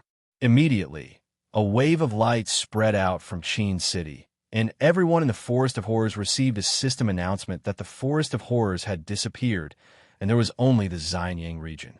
Next, it was time to choose whether or not to set up a void zone. The void zone at the edge of a region could be set up by Qin City, and it wasn't controlled by the system anymore. Even if the system removed all of the void zones in the future, the Xianyang region's void zone wouldn't disappear because it was controlled by Qin City. As such, whether or not it was removed was up to Qin City. Qin City definitely had to set up this void zone, and he had to set up an advanced forbidden power. Advanced forbidden power meant that even with the void crystal, one wouldn't be able to use it. After all, the void crystal could only break through the elementary forbidden power, so Zhao Fu set it to advanced forbidden power. Some people might want to ask if even the void crystal was useless. Wouldn't Qin City be unable to leave? In actuality, Qin City didn't even need the void crystal to teleport. After all, Qin City was the official of the Xianyang region, and the region heart was fused with Qin City. As such, the teleportation channel that Qin City had set up had the region's attributes, so people could teleport freely. Zhao Fu also tried to see if he could break through the advanced forbidden power, but he found that it didn't have any effect. As for the method to destroy isolation barriers, Great Qin had already grasped it. In actuality, they just needed a restriction-breaking stone, which was used to destroy isolation barriers and restrictions. After all, it was quite rare to find such a stone. However, this kind of restriction-breaking stone was also divided into elementary, intermediate, and advanced grades. Most of them were elementary restriction-breaking stones, which could break through elementary isolation arrays. Before, Qin City had used an elementary isolation formation, but because the area he had set up was quite large, there were only one or two intermediate and advanced isolation formations, and they weren't able to create a large-scale barrier. As such, he could only choose an elementary isolation formation, which was why it was easily broken through.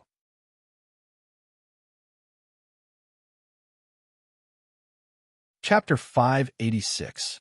However, even with an advanced restriction-breaking stone, it would not be able to break through the region's isolation zone.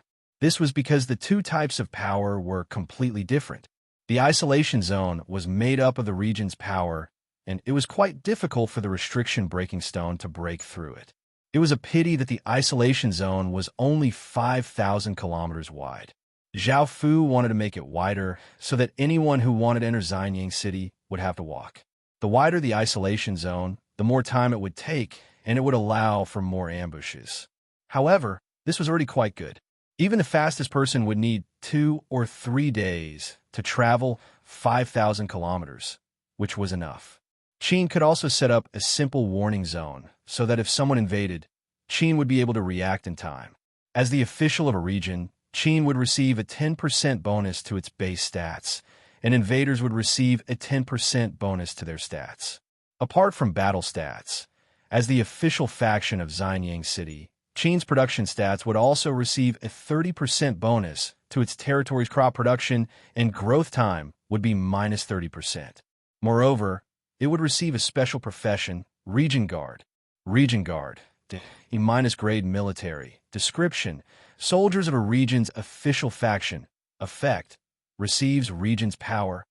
After Qin's grade and profession upgrade stone, Qin soldiers had reached D grade, which was even higher than the Region Guard. The Region Guard's grade was the same as the village's special professions. However, the Region Guard's power would receive bonuses in the region it ruled, and its effects might exceed Qin's grade. However, if it went to other regions, it would not have this effect, so Zhao Fu felt that he could change professions to Xianyang City's guards. Apart from professions, Zhao Fu could also give official positions, which would receive a certain amount of the region's fate and some blessings. These official positions were like town lords, which were different from becoming a town lord himself. One was in the wilderness, while the other was an official faction. As long as one obtained an official position, they would become an official faction of the region, and they would receive some bonus stats. Because Qin was a nation faction, the town lords and town lords that Zhao Fu had appointed before did not need to be appointed again, and they could directly become an official faction of the region. After that, Zhao Fu could also issue region notifications and region quests. As long as you were in Xianyang, no matter where you were, once Qin issued a prompt, everyone would receive it. This was no different from the previous system prompt. As for the region quests, they were the same as the city quests. The only difference was that you didn't need to go to the quest stone stele to receive them. No matter where you were or how far away you were, as long as you were in the region, you could accept the quest and receive the rewards. This was equivalent to obtaining a portion of the system's authority. Just how powerful was this ability? It was enough to make countless people excited. There was also some authority, and needless to say, this was the benefit of unifying a region. Now that Qin had completely controlled Xianyang in his hands, the first cornerstone of hegemony was laid. Next, Zhao Fu looked at the 4 regions around Xianyang: Red Plum Plain, East Green, Little Valley, 100 Bamboo. These 4 regions didn't have any system factions, and after the last battle, some system main cities had been relocated by Qin. The remaining system main cities knew that Qin wouldn't let them off. After personally witnessing Qin's strength, they knew that they wouldn't be able to stop him. As such, they could only choose to relocate, taking their city creation stones and countless residents to other regions. Out of the 4 regions, Zhao Fu planned to first clear out Red Plum Plain because it was flat and had a good field of vision, making it easier for Qin to clear out all of the factions. Moreover, the plains here were very suitable for raising horses, so Zhao Fu wanted to turn this place into a horse farm. In the future, all of the war horses of the Qin Empire would come from here. Cavalry was the most powerful type of soldier in ancient times, so there had to be a lot of them. However, Zhao Fu hadn't started to clear out Red Plum Plain yet. Instead, he split his one. 2 million soldiers into 4 teams and sent them into the 4 regions before setting up camp where the system main cities had been. System announcement. East Green's system faction has retreated. You have conquered East Green's region and obtained a region's fate. Players will no longer spawn in that region. System announcement. Red Plum Plains system faction has retreated. You have conquered Red Plum Plains region and obtained a region's fate. Players will no longer spawn in that region. System announcement. 100 Bamboo's system faction has retreated. You have conquered 100 Bamboo's region and obtained a region's fate. Players will no longer spawn in that region. System announcement. Little Valley's system faction has retreated.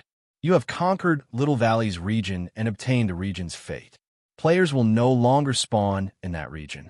Apart from the 4 system announcements that they had conquered a region, Zhao Fu also received 4 system announcements that they had obtained region treasure chests, causing Zhao Fu to smile.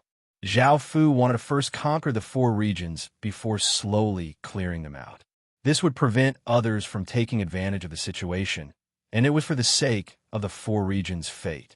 With this fate, Qin recovered a lot of his strength, and Zhao Fu's injuries were once again healed. Now, he could use some of his strength. At first, Zhao Fu hadn't thought about this. However, the 4 regions had long since fallen into Qin's hands, so he hadn't paid too much attention. Only after unifying the Forest of Horrors did his thoughts become clear. The sudden system announcement that 4 regions had been conquered caused the entire Midland continent to tremble. The system announcements that they had received were different from what Zhao Fu had received. System announcement.